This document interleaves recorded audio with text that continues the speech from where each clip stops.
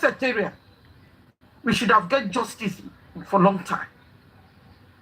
So in your bamoro, in your saw, we pay in your rico we try financially, physically, emotionally, we even have a critical thinkers. The man help underground.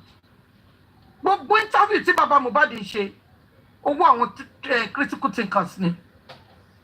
Owó àwọn èèyàn kan tó jẹ́ pé group of 4 people, they are critical thinkers. I publish it in the paper. Owó individual ni, kò ṣe owó tó dá fún justice for Mohbad. And some of the things, see, video and basic Aleni, Bukky Jesse have said it since early last year. I'm a power you can know one dikini.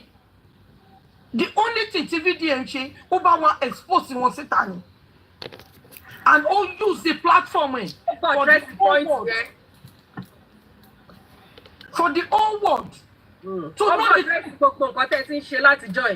exactly.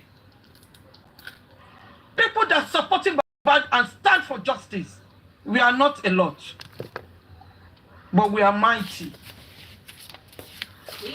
But this stage, I will not allow anybody to bring us down.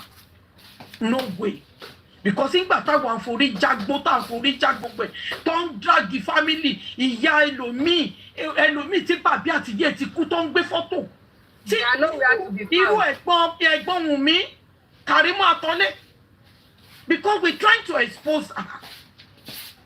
Where are they? Ibo ni gbogbo wọn wà nsìn thunder see justice for Mohbad. What they told us that they get justice. Mo de mama to solve. Àwọn tó wá láti Facebook gongo. Wọ́n ní wọ́n kàn jà ni wọ́n lè get justice. Because àwọn ẹlòmíì ò believe lórí iṣẹ́ Ọlọ́run. Wíwá tèmi wọnú justice gbogbo family mi mo gbé wò. And I represent my family. I come alone, I will go alone. But insist in me sọ fún mi pa ma get justice. It can be long, but it's not. It can be. It's not how long. It's how well. Mo de man sọ, but it can take 10 years. I don't care. Kébù mi sọ pé I don't care for 10 years. Kẹ́kọ̀ọ́ mọ̀ pé mo wá jagun ni. War ni nǹkan tó wà lẹ́yìn. So ẹ jọ̀ọ́, don't bring us. We that be fighting. Can't fight láàárọ̀ lọ́sàn-án lálẹ́ láàárọ̀ ọ̀sán. Ẹlòmíì ò sùn 24 on so 6 hours, 5 hours. Hey Joe, we all adults here. We are not kids. We are over 18 years of age. Tabade fẹ́ sọ pé àfẹ́ kan bá nǹkan jẹ́ àmọ́ reason why nǹkan tá à ń tó bọ̀. Kan tí Mr. Ishaq sọ nìyẹn. We know the reason why, because Shara won were Tony one analysis lórí platform show èèyàn kan yẹn. Àwọn tó gbé sí wa láàrin tó jẹ́ pé wọ́n ní kó wá ṣe bí fún bàbá Mohbad tá dé tí mo ní wọ́n. So they can plant somebody to distract us, not to be focused. Àwa dere ọ̀dọ̀ VDM la wa nwo. A fẹ́ rí anybody. Ó ṣe wá jẹ́sìn lèèyàn kan ṣe wọ́n máa gbé group kan síta ibo lọ́wọ́ tẹ́lẹ̀. So VDM fi 20 million ṣe private investigation. So respect for him. Mo máa ń pè ní bàbá mi tó rọ́pọlọ tó wà lórí ẹ̀ bí bàbá yìí. So ẹ jọ ń torí Ọlọ́run. Mo ti rí pé àwọn olómi kan wá wọ́n sáré wá. We've been on this case for a long time. And irú èmi yìí mi ò lè lajú mi lẹ̀ àbí kí n la ọpọlọ mi lẹ̀ àbí kí n la etí mi lẹ̀. Come on, what bring anything about justice down? I will not allow that. I don't care if people say 80, 70, yeah, I will fight for the right cause. For the right thing. Ẹ jọ̀ọ́ torí Ọlọ́run. Abiyamọ ni gbogbo wa. Tí nǹkan tá bá mọ̀, ẹ já bẹ̀rẹ̀. Ẹ má kọjá fẹnu rubbish àwọn kankan. No. We are not going me potential mi nìkan. I know some people they are not going to allow that. Or they lè lọ tán live show fún èèyàn. Can't they play with anybody? because a lè jà látijọ́ yìí kéèyàn máa wá báàbù. That is why I stick with Amori. We are not doing fracas here. We are doing justice for a young man that passed inside the house. And the father saw him on the floor, already embalmed. And Iyabo Joe obstructed justice from day one. Thank you. Motion of justice is treason. Treason ni lọ́dà òfin. Mọ́mí queen ẹ jẹ́ kí mọ́mí sáré sọ̀rọ̀ tó lẹ́yìn ẹ̀ máa sọ̀rọ̀ mọ́mí queen. Ẹ jọ ṣe rí ibi tí mo ti fẹ́ sọ tí wọ́n sọ sí ẹni pé Bukky Jesse ti sọ kíní yẹn rí yẹ sódà bẹ́ẹ̀ bẹ́ẹ̀ kí ni agbára wo lẹ ní torí àwọn tó wà níbẹ̀ ṣùgbọ́n tọ́lọ́run bá lóhùn dé kò sẹ́ tó lè ní lọ́wọ́ wò gbogbo tó lè ń ṣẹlẹ̀ yìí ó pọ́ sí gbogbo fídíò tó dé tó wá gbé kíní yẹn síta tí ọba tì mọ́lé ó lè má dá sí ó lè má wò pé kó light ṣé báwo lọ sọ lẹ́ẹ̀kan yẹn pé ó sọ pé kóun fi tọrọ Ìyábọ̀ Òjó lẹ́nu ẹ̀yin náà dẹ̀ sọ opinion yìí ni olúkálukú ni o ẹ̀yin náà dẹ̀ sọ ẹni pé ó wà ń kọ́ fine bí olúkálukú ṣe ń gbé ọ̀rọ̀ lẹ̀ lèmi ń tẹnu mọ́ mo tuntun sọ kò sẹ́nibọ́dì tí ò mọ̀ gbà tí bàbá tọ́pa Mohbad kò dẹ̀ sẹ́nibọ́dì tí ò mọ̀ gbà tẹ́ dánibọ́dì bẹ̀rẹ̀ justice for Mohbad tí ò bá ń ṣe nǹkan kan tí a bá ń rí táàrí báyìí gbogbo nǹkan tó ń ṣe tó olúkálukú ní platform tó ń ṣe lórí gbogbo social media yìí àti TikTok ni o àti kíní ni o àti gbogbo ẹ̀ ni o kò sẹ́nibọ́dì tó kú lórí tí ò rí gbogbo ẹ̀ bẹ̀tì kẹ́ni tó bá lágbára láti ṣe ọlọ́run náà lè máa ń lágbára ọlọ́run náà lágbára bẹ̀tì tó olúkálukú bá sọ opinion ẹ̀ lè ní tuntun sọ ẹ jẹ́ ká dúró olúkálukú opinion là mú wa kò sẹ́nibọ́dì tó máa wo bàbá Mohbad dọ́tọ́ náà gbé tó máa gbé òkú ọmọ ọlọ́mọ jẹ́ ká fún ní àjàmọ́rí rẹ̀ nǹkan mi gbọ́ lẹ́nu bàbá yẹn ni pé dọ́tọ́ gbé kámẹ́rà sí lójú níjọ́ yẹn gangan ìpè òun kọ́ bèèrè òun ò gbà tó $100,000 lọ́wọ́ wọn ìyá tó dẹ̀ bí ọmọ ibi tó ti pa ọmọ ẹ̀ lójókòó sí tó ti yẹ yìí báwo ni ọdún kejì tó dẹ̀ wọnú ilé ayé ọmọ yẹn òun náà gànà ti pa ọmọ ẹ̀ tó ti yẹ yìí báwo la ti fẹ́ rí ṣe tí ò bá jẹ́ pé tọ́ọ̀ bá ti dẹ́rìn dàpọ̀ àmọ́lé a lè rí akọ̀mọ́ ẹlẹ́ẹ̀fẹ́ ló 10 years sílẹ̀ kó sẹ́ ọ́rùn òfẹ́ náà kó tó 10 years bíkọ́ sí gbogbo nǹkan tó ń ṣẹlẹ̀ lọ́wọ́lọ́wọ́ ìta bá fẹ́ ní ọpọlọ tari ó yẹ kó ti kọ́lọ́pàá ti bá wa á gbogbo àwọn tó wà nínú ilé yẹn inú ilé ọmọkùnrin náà ló dẹ̀ sọ fún wa ń gbà yẹn yí pé gbogbo àwọn tó wà nínú ló yẹ kókó so then àgbẹ̀ ẹnìkan àwa lè máa bára wa jà wọ́n sọ pé wípé gbogbo yẹn kọ́ lè ní sọ nípa à ń sọ ni pé kò sẹ́nìbọ̀dì tó ríra wọn kò sẹ́ni tó bọ̀dẹ̀ àwa náà lè ṣe fámìlì àwọn pípù yìí ìrẹsì ẹ má máa jẹ́ ká máa náà ká máa dára bára wa jà ìyẹn ò dá tó kò sẹ́nìbọ̀dì tó fẹ́ jà ju pé kárí ẹni tó ń ṣe kàkọ́dẹ̀ má jẹ́ kó ń ṣe pẹ́ lòmíì kọ́lọ́ má jẹ́ kọ́ ọmọ wa irú Ìyábọ̀ wà nínú ọmọ irú Ìyábọ̀ yẹn wà nínú ọ̀rẹ́ irú Ìyábọ̀ yẹn wà nídìílé irú Ìyábọ̀ yẹn wà ní gbogbo òbí gbogbo àwọn ẹlẹ́sẹ̀kẹsẹ̀ àwọn destroyer ní Ìyábọ̀ Òjó àtàwọn ọmọ ẹ̀ torí owó tó fi ń tọ́jú àwọn ọmọ ẹ̀ nìyẹn torí náà ibẹ̀ náà lè bí kọ́lẹ́ ti máa sọ ẹ má bọ ọmọ ẹ má ọmọ tó fi ń gbé pè fáwọn ọmọ ẹ̀ ti ju 18 years lọ 17 years oríṣiríṣi ẹ̀wọ̀n ló wà bíbà ọmọ tó bá ti wọ 18 years ẹ̀hún náà ti lọ rí ẹ̀kọ́ tó bá ṣe nǹkan tó dán máa fi mẹ́wọ̀n ọmọ ibẹ̀ ọlọ́pàá máa lọ sórí lẹ́bù yẹn torí náà kí abẹ́ sojú pé kọ́ má ṣe ìkà yẹn fún ẹlòmíì kọ́ má tún bọ ayé àwọn ọlọ́run aláyé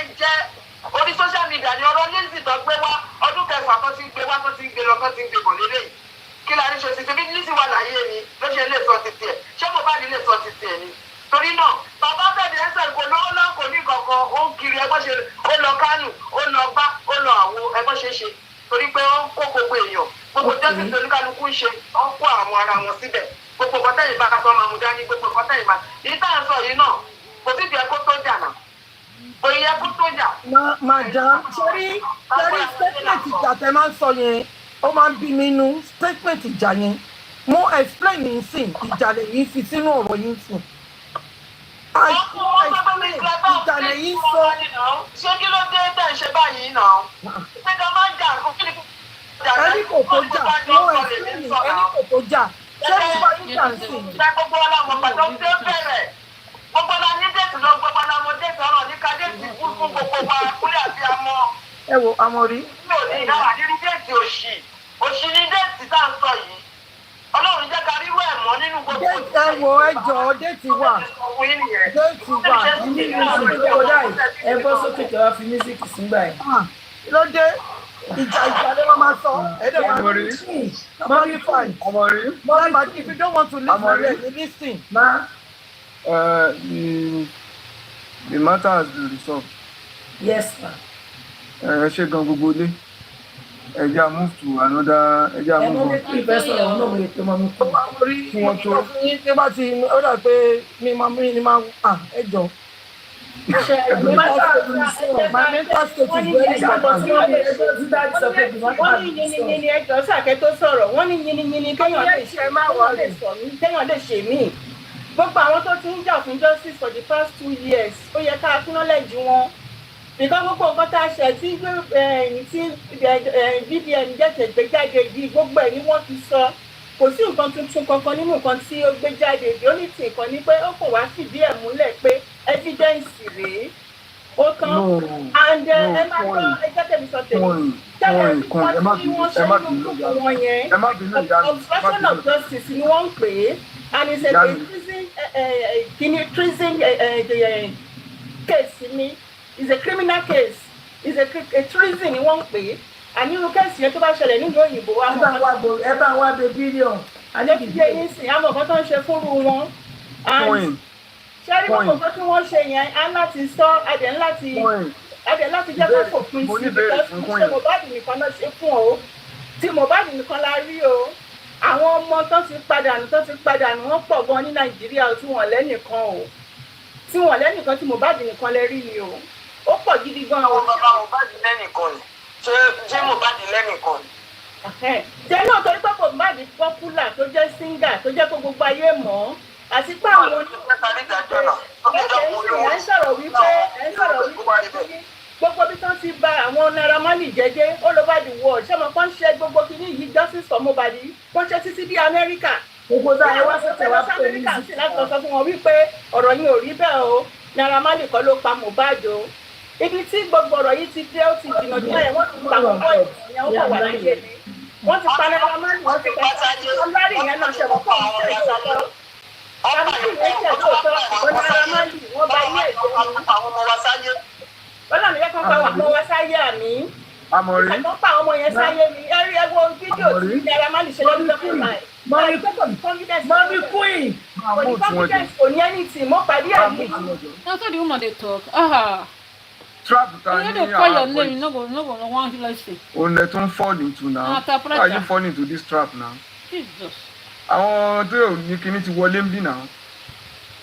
Ìtọ́fẹ́ ohun yín tọ́fẹ́ á dìmú bí náà lẹ́nu. Exactly, ìdájí chat tá à ń sọ látàárọ̀. Ọ̀nà wọn àti kọ̀ọ̀kan mú ẹ máa jẹ́ ká mú. Owó láì sá pé music ẹ má wọrí. Àwa ti rí rẹ́ńdẹ̀jà yìí. I don't understand. Not alone.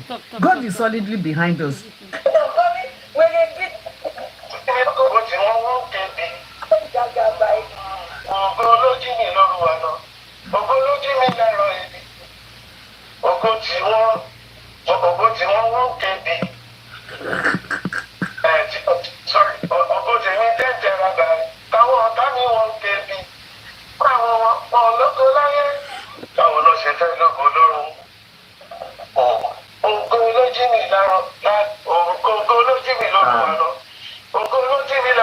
Okay.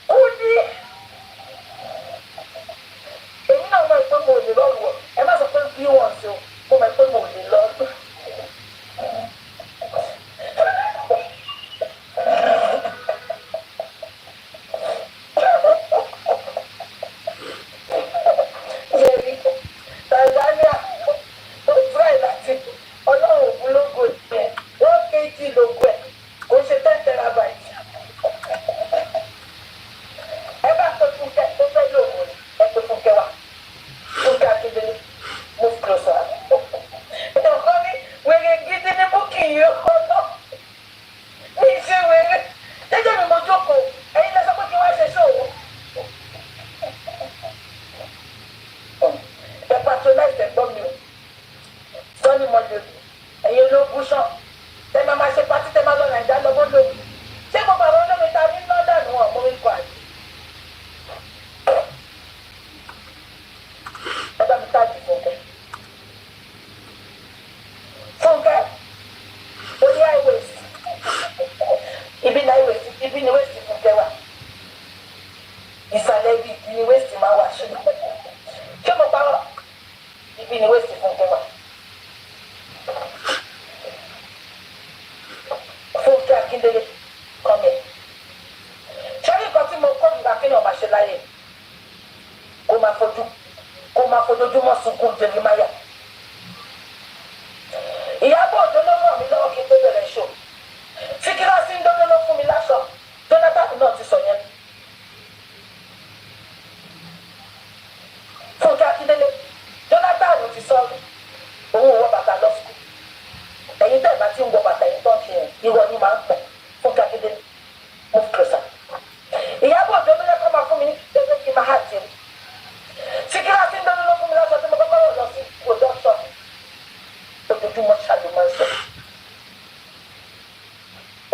And the worst part, you go see all those barren women, and obìnrin tó wà barren, àti all those single mothers. You will see them seated in a live stream like this, enjoying her. How many pikin you don't born? Papa Bingo, how many pikin you don't born? Come on, focus on 3. A public apology from each involved party for misleading the public, spreading false narratives, and attempting to legitimize genuine. Go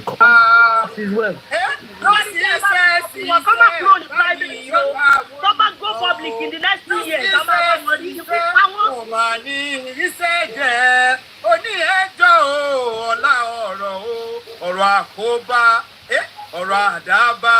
Ọ̀rọ̀ àfàìtó ni ó máa jẹ́ tọ́ta ní Alájà Ojú Abẹ, Alájà Ojú Abẹ, Kadija, I dedicate that for you. Eré wọn pè ṣé Kùránì wá jẹ́ nǹkan téèyàn fi ń ṣeré ni. Àwọn bá tó private àkáǹtì rẹ tó private yàwò náà ẹjọ́ mo ti rí yàkìbọ̀ mi rí ẹ ní yẹlọwọ̀ ẹ wá send request tó mọ tẹ́. Àwọn fámìlì yìí àwọn fámìlì Ojú Abẹ àwọn òṣè torí owó àwọn nífẹ̀ẹ́ Alájà Ojú Abẹ ni àwọn òṣè kan fún àwọn lówó tó bá tọ́ sí wa wọ́n máa fún wa. láti send request o láti tẹ ìgbà ẹ̀rọ. àwọn jẹ́ 2K àhẹ́lù náà. nífẹ̀ẹ́ wọn torí owó tí wọ́n fún wa tó bá fẹ́ fún owó fún wa sọ̀rọ̀ mi yẹn ẹ má mọ̀ sojú méjì mọ́ ẹ má sojú méjì mọ́ kò dáa ọmọ mùsùlùmí gidi ss ló kọ gidi wọ́n lé wàásù lẹ́ ń jẹ́. Ṣebí lọ́ọ̀bù 5K náà ni wọ́n ṣe lọ́ọ̀bù 5K náà fi tẹ̀sí àwọn colleagues I didn't know that justice from our place now. let's continue to sign the petition. The title of the petition is Unmasking the Coordinated Obstruction of Justice for Mohbad by Iyabo Ojo, Tonto Dike and others.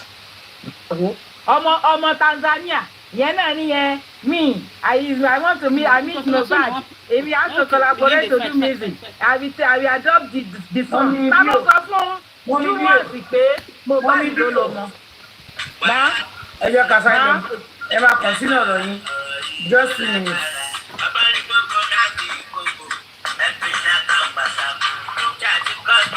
The choice for the Senate League is very, very important.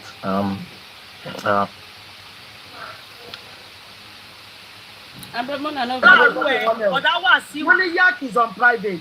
Only you are on private.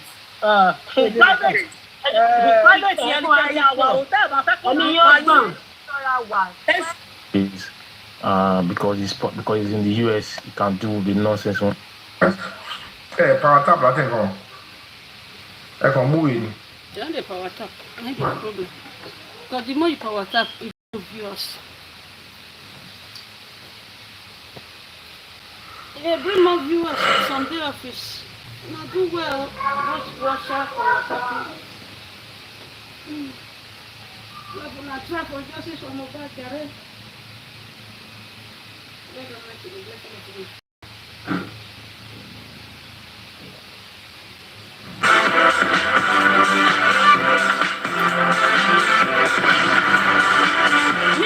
for music, they carry music, they come. And justice. But the police need to come clean and do what it is. Just go without pray because they could not get any help. And nobody's talking about it. This fight now is not just about Mohbad. It's about many other ones that are already in that situation, or maybe in that situation, or may already be going through that kind of trauma. What I was talking about. Why are we like this? Why are we like this? And these Yoruba women that are Korawan job, the wife tell you know so say the truth. No, you did not do it. Women so but you see all this, stupid feminist women thing that you people are doing in Nigeria that are going out of your head, that have turned so many of them into nonsense. That it destroy life our young girls. More values more. More. They chase money instead of chasing values. They chase money instead of chasing values. They sleep around like fowl. No decency, no manner. We lack culture. They don't all of this thing. If they actually know what they are doing, they should have fighted. Okay, you're fighting. So they won't go and go bed because and they are not cutting crews, forgetting that somebody got to see. You see.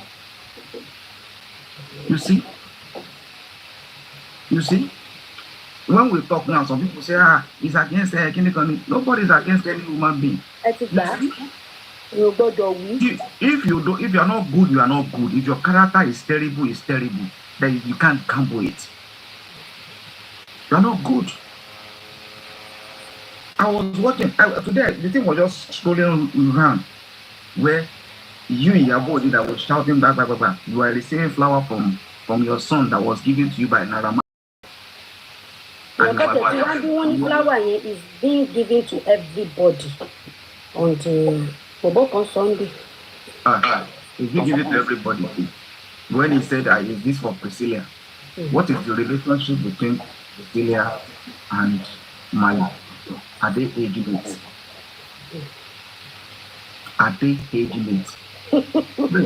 No, I need to know. Give me now. I'm coming. I think because I was.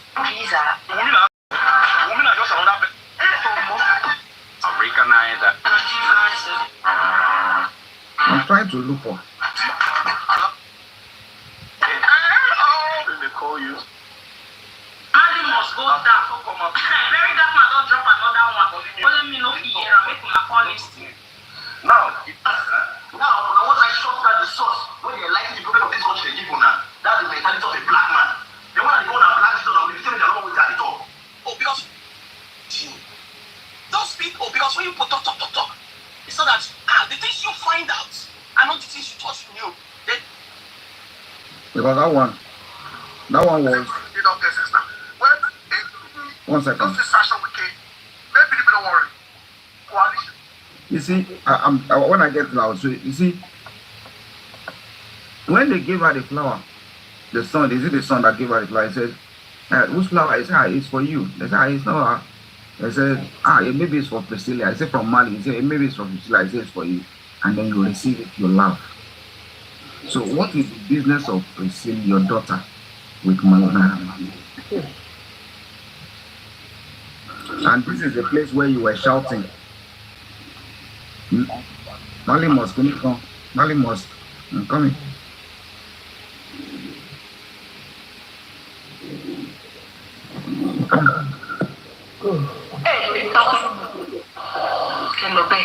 Alright, so about 16 hours ago, let's watch. That the Prince had a live section with Iyabo's lover, Polo, and this is what Polo said in the interview. I believe that Naraman is not even what I hear or what I'm saying. Naraman is not even in Nigeria at that time. So There's no way Naira will be part of. Do you understand what I'm saying? The eye of Mohbad. Now, Ogapolu, first of all, I would like to say I respect you for coming out to say this. You know why? I'm pretty sure say Iyabo don't tell you waiting me and she discuss and waiting happen. Let's forget all this media and the damage control where everybody they try to do. Let's leave that one. I'm pretty sure me, you and Iyabo now, we know waiting the why you decide to do this. But again, for the public we no know. Let's take us back to waiting Iyabo do. When this thing they hot, when everybody they find justice for this boy. See what Iyabo do talk. Who is that money? Tell me. Cannot say the don't of your sorrow. Cannot go. Carry that money. Over say we live in London where we live by. Impossible. Hey, okay, no, it's not possible. We need justice now. No, na carry and give una Yoruba friend, interpret. Make you know just see na very that man talk something. She literally put everything, point the finger directly, say that this guy is not bad boy. Did you see that? Now, in those nights when those incidents were happening and the days when the incidents were happening, the young man, the young man is not there. Now this is what we're talking about. They are doing certain things to divert the attention of justice to a different person. Yes, he may have his own. There's no doubt about that. But at the same time, you see, these people are just being stupid. And that their stupidness, by the time the law, you see, you think you can be ignorant or you think you can be above the law, by the time the law will turn against you,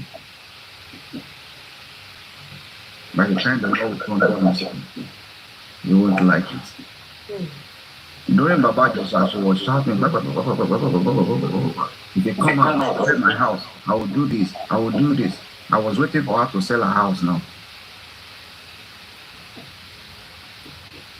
By the time the law will turn against, you think you are playing with the law of Nigeria. By the time the law will turn, everyone who is involved at that night will not like the picture that the picture it will paint them. Are you sure, sir? Don't worry.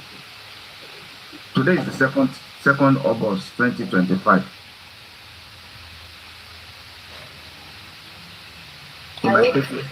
It might take long.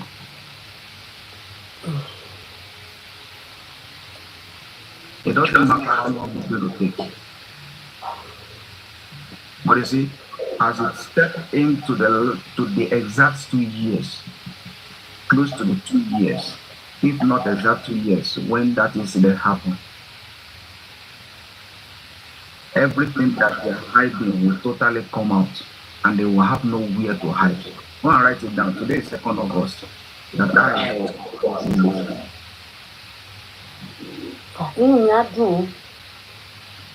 Because when that boy dead came in, that boy literally very visited almost a lot of people.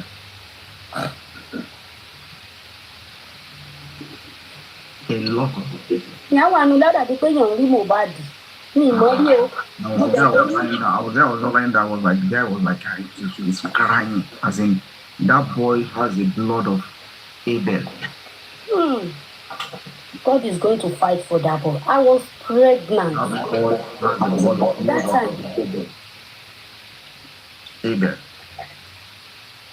The flesh could not speak anymore. The bone could not speak. But the blood speaks. And God asked him, what have you done to your brother? The blood of that boy got sick sharply, and it's going to do a lot damages to so many people. People they are still sleeping. They have time to be drinking, go bed. Don't worry. It's a matter of time. It's a matter of time. It's a matter of time. That is why to very clear when they are talking about Iyabo, I won't lie to you. I keep saying it. I see nobody to come over because I keep playing that video time to time. So why would you call yourself activist? And you can be, I thought for you to say you are activist, you should be in support of Mohbad only. What did you drop on me? You should be only support of Mohbad only as activists. But you can go and where they are taking good back and the land. No, imagine. And suppose ordinary citizen. Now he has done more than 100% of the job of the law enforcement in 2 days. Mohbad is very dark man to drop on you. Pleaded I should borrow her money to do BBL. Okay, alright, so this DM said, very dark man, good afternoon, sir. I have a problem on my side. One girl came to meet me. She pleaded I should borrow her money to do BBL. After doing it, this is the 5th month she has refused to pay me my money. She said I should do my worst. Please, can you help me call her out to pay me my money? I can't see me the send proof. She can't say, okay, I will provide. She can't send me transaction. After that, she can't say, this is the proof, sir, of the transfer I made her since January 6th. She can't drop the girl number. Because yes, her phone number.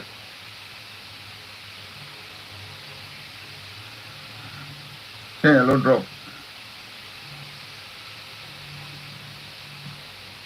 To me, that the body be that Nyash, then see some pictures. Wow, it's so crazy that I'm not collect money to do it. But madam, I have a lot of problems, right? How do I even start? Hello, you borrowed money from somebody to do. I need the end. Who tell me say Mohbad get job because Mohbad case ni mo ń gbọ́ báyìí. Ẹ já gbọ́ bóyá ó fẹ́ fọ́ọ̀rì ètò gbọ́. Lẹ́yìn dàpọ̀ àwòráyè gbogbo. Oh boy! Oh boy, not see what we don't see for this country. See here, Nigeria not tiring. When I want to borrow money now to go do nyash. No, be say you borrow money to put up one business. Maybe you have to go at least 6-7 rounds of dollars. And all this doggy now will be like rich man. So if you never really need it, you know that she will need to take care of herself. Now, me, I just think, if they do nyash, forget say the thing fine for the picture, keep the filter. She do nyash, she will take some time off for the nyash to heal. If the nyash can't heal, and markets no come, you will really need to be very, very patient. You will be patient. And again, you know, say there are a lot of obstacles to my table. Please, if you have been legit scammed by a vendor, see, you are going through a lot. We just have to join us together and you pray for customers for her. That's the only thing. She has to hit jackpot. Alright, so this is. Oga tó sọ fún mi pé very dark man don drop video.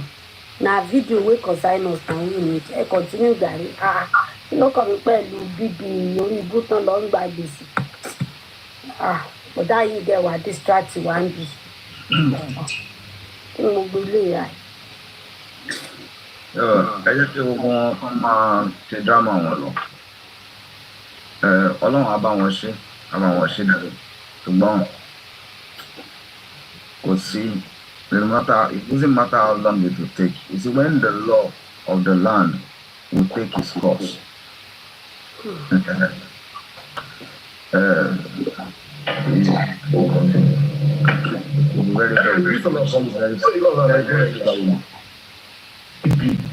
again, why is that story contradicting what the police investigate? Anyways, So Tony, sir, why is the story is so different? Adura is different. Iyabo is different. What is the problem, for goodness sake? And why you know the one that pained me more in all of this thing is that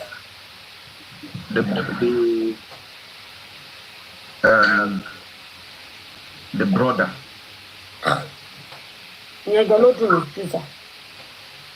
At this point, Wunmi is a third party now. But your blood. And you see this thing that they are doing up and down.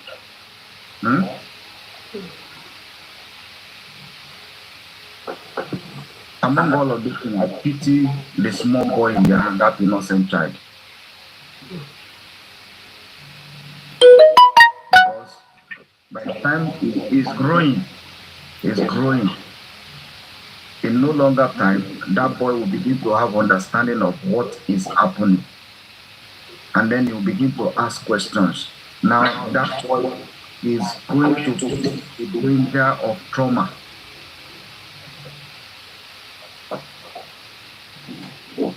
Number one, he's been questioned. His supposed father died mysteriously. Now his paternity is questioned. There are fights everywhere. You will watch the video and you will ask questions. And then what now happens? What will you be telling that boy? That boy will have what we call hate or trust issue. Because he won't trust anybody anymore. Including the people. So it's so terrible.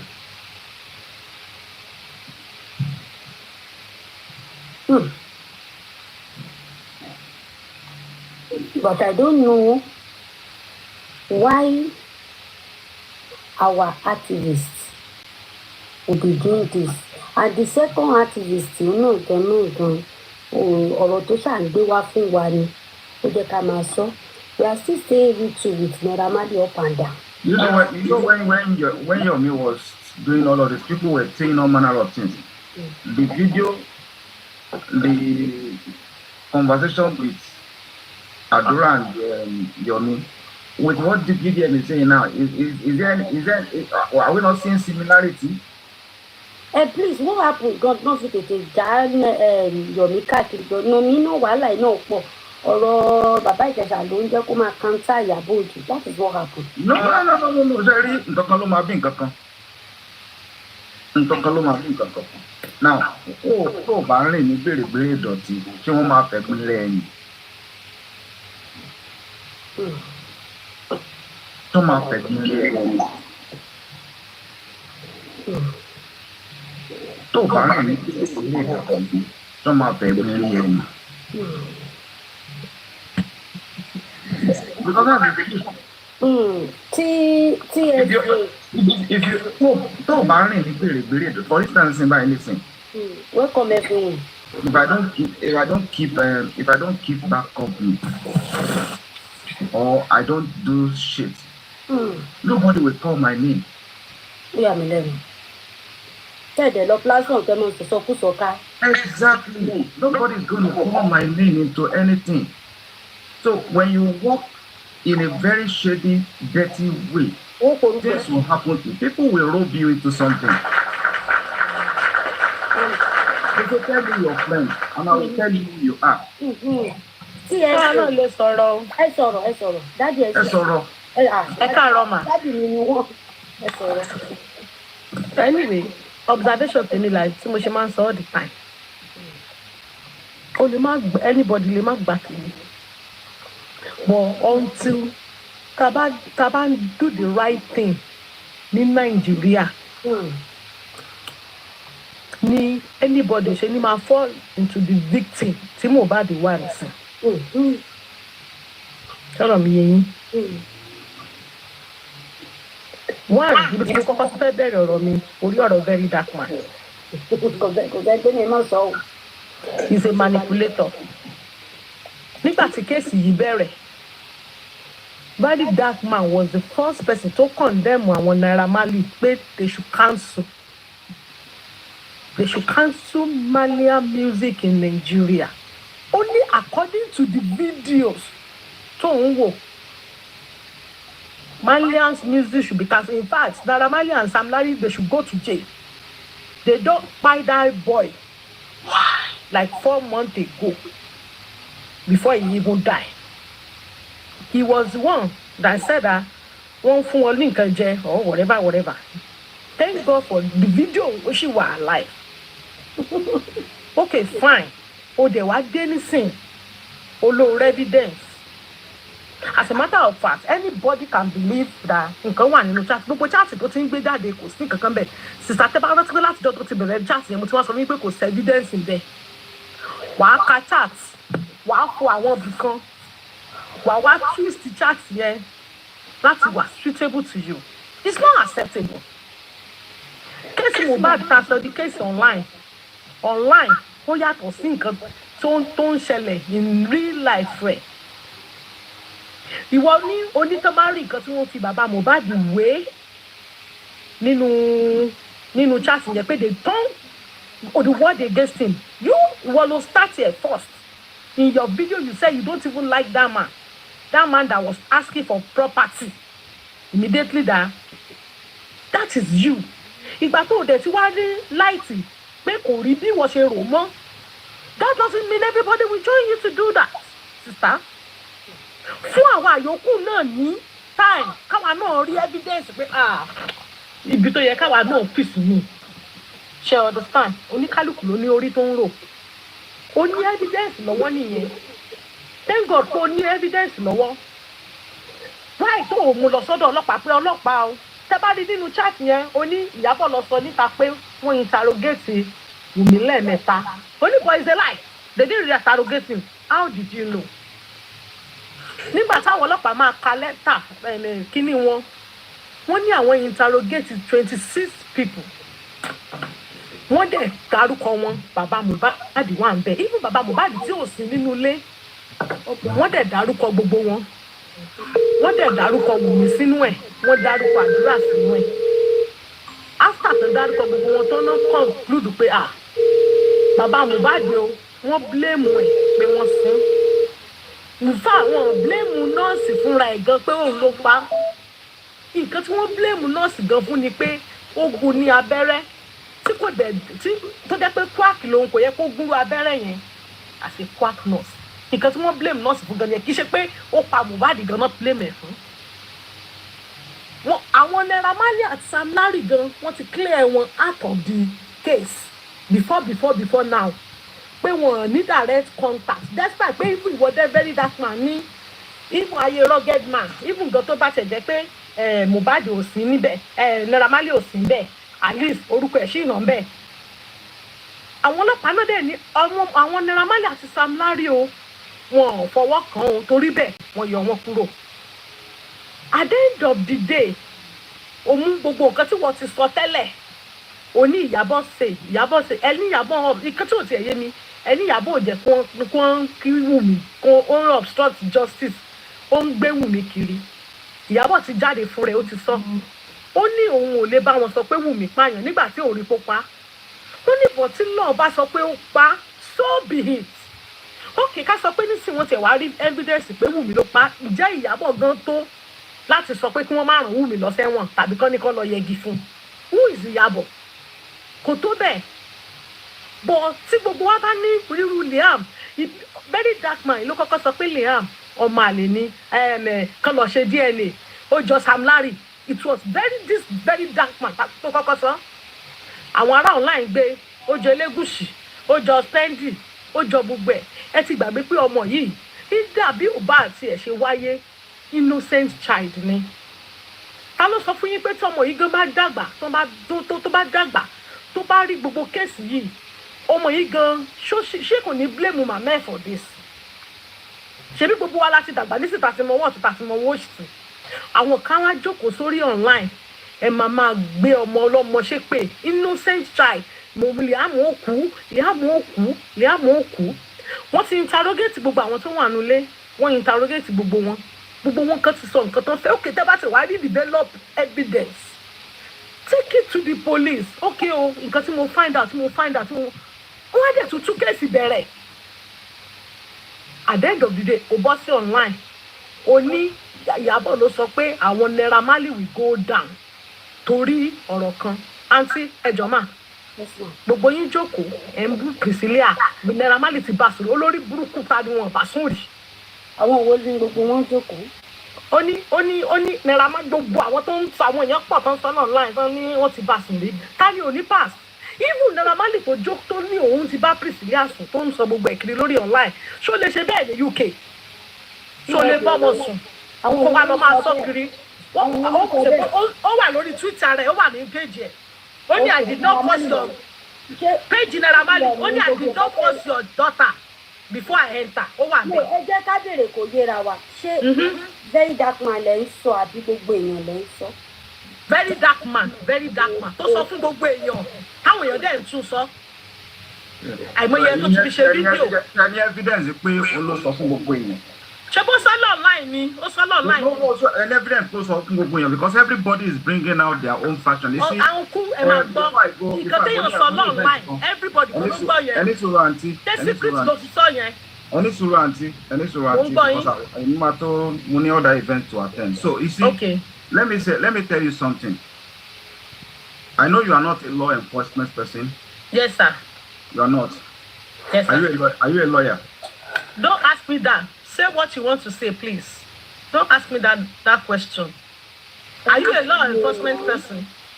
ẹ má bú wọn. mi ò bú wọn bọ̀ kọ́ bá bí mi nírú question yẹn kọ́ sọ opinion tí wọ́n ní kálukú ló opinion ti tẹ̀. You're talking as if you know the side of the law. èmi ò fẹ́ mọ law nǹkan tẹ́mi gbọ́ lè mi sọ. ó ní Iyabo tell somebody he said pray tell somebody.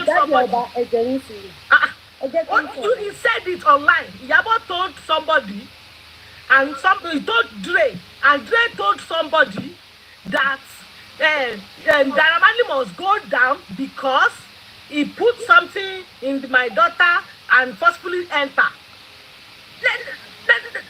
Very dark man said it online. Everybody ló ní opinion and you can see. Why do you Iyabo? People tell you tá bá jẹ́ team Iyabo tá jẹ́ team so àgbúdọ̀ sọ̀rọ̀ mọ́. Must we be in anybody's team? Tabari. Ó wà nínú chat tó wà sálẹ̀ pé team Iyabo ni. Ṣé ká ti fẹ́ máa ka chat máa drop yín? Nígbà tí ka chat ìbọ̀rọ̀ yín lẹ̀ ń sọ. Okay, now ó wá sọ bẹ́ẹ̀ nìyẹn. Ẹni sùúrù ẹ sọ nǹkan tẹ́ fẹ́ sọ kí. Ó náà ni mò ń sọ tèmi yìí. Ta ni wọ́n wá bá sùn rí? Tó bá ti pa fẹ́ sọ pé we are ras. Ìyẹn lẹ́gbẹ̀ẹ́ kan. Ẹlẹ́ẹ̀kejì mo wà lórí online yìí. Táwọn kan ti wá tán láwọn ọ̀rẹ́ Mohbad ni àwọn Naira Marley ò síbi tó ti nà án kìnnìkan. The same chat, same question ni BDM wá bí wá léèrè pé ẹni tó bá ní evidence ibi tí wọ́n ti nà Mohbad tí Naira Marley ti nà án. Evidence tí wọ́n fúnra ẹ ti wò nígbà tó rọ̀ yẹn ṣẹlẹ̀ tó ní according to your video tó sọ pé according to Iyabo. Bọ̀dá kan fẹ́ bá yín sọ̀rọ̀ Zambi àbí. Kó má bá mi sọ̀rọ̀ tó bá ní anything tó fẹ́ sọ kí wọ́n bá gbogbo èèyàn sọ. Mi ò bí anybody ní question nígbà tẹ́mi fẹ́ sọ̀rọ̀ tèmi. Opinion tèmi lèmi sọ. So táwọn náà bá ní any opinion, I'm not ready to argue with anybody here. Anybody tó bá ní any opinion tó yàtọ̀ sí tèmi. They should say it. Mi ní nǹkan tí mo fẹ́ sọ mọ́ ẹ ṣe. Yes, my shema. Oh, Mr. Sandy, you do information. I see that we are put an ọ̀rọ̀ tó wà lẹ́yìn beyond ọ̀sán. Olúkálùkù ó fi hàn bọ́dí. Ẹ jẹ́ bá wa sọ̀rọ̀ sókè dáadáa. The most implicated part of it is because every chat, yeah, there's so many things. Because very ọ̀tọ̀ ni pé à ń lo and listen to we let emotion override our decision. Whoever we support. But Sherry, there's something about crime. Èmi ò ń ṣe agbófinró mi ò dé. Best of my knowledge, when it comes to crime, in atom of every rumor, there is always a fact. Bóyá kẹ́ lo airport ní onígò lo airport. Bóyá kẹ́ lo airport ní. Okay, check on the right. Hello. Yeah. Okay. So the major thing, tell me, really by you.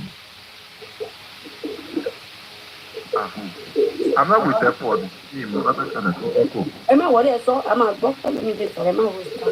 so the major thing here is very chat here. It is more complicated than we think, because evidence the whole conversation there is an evidence.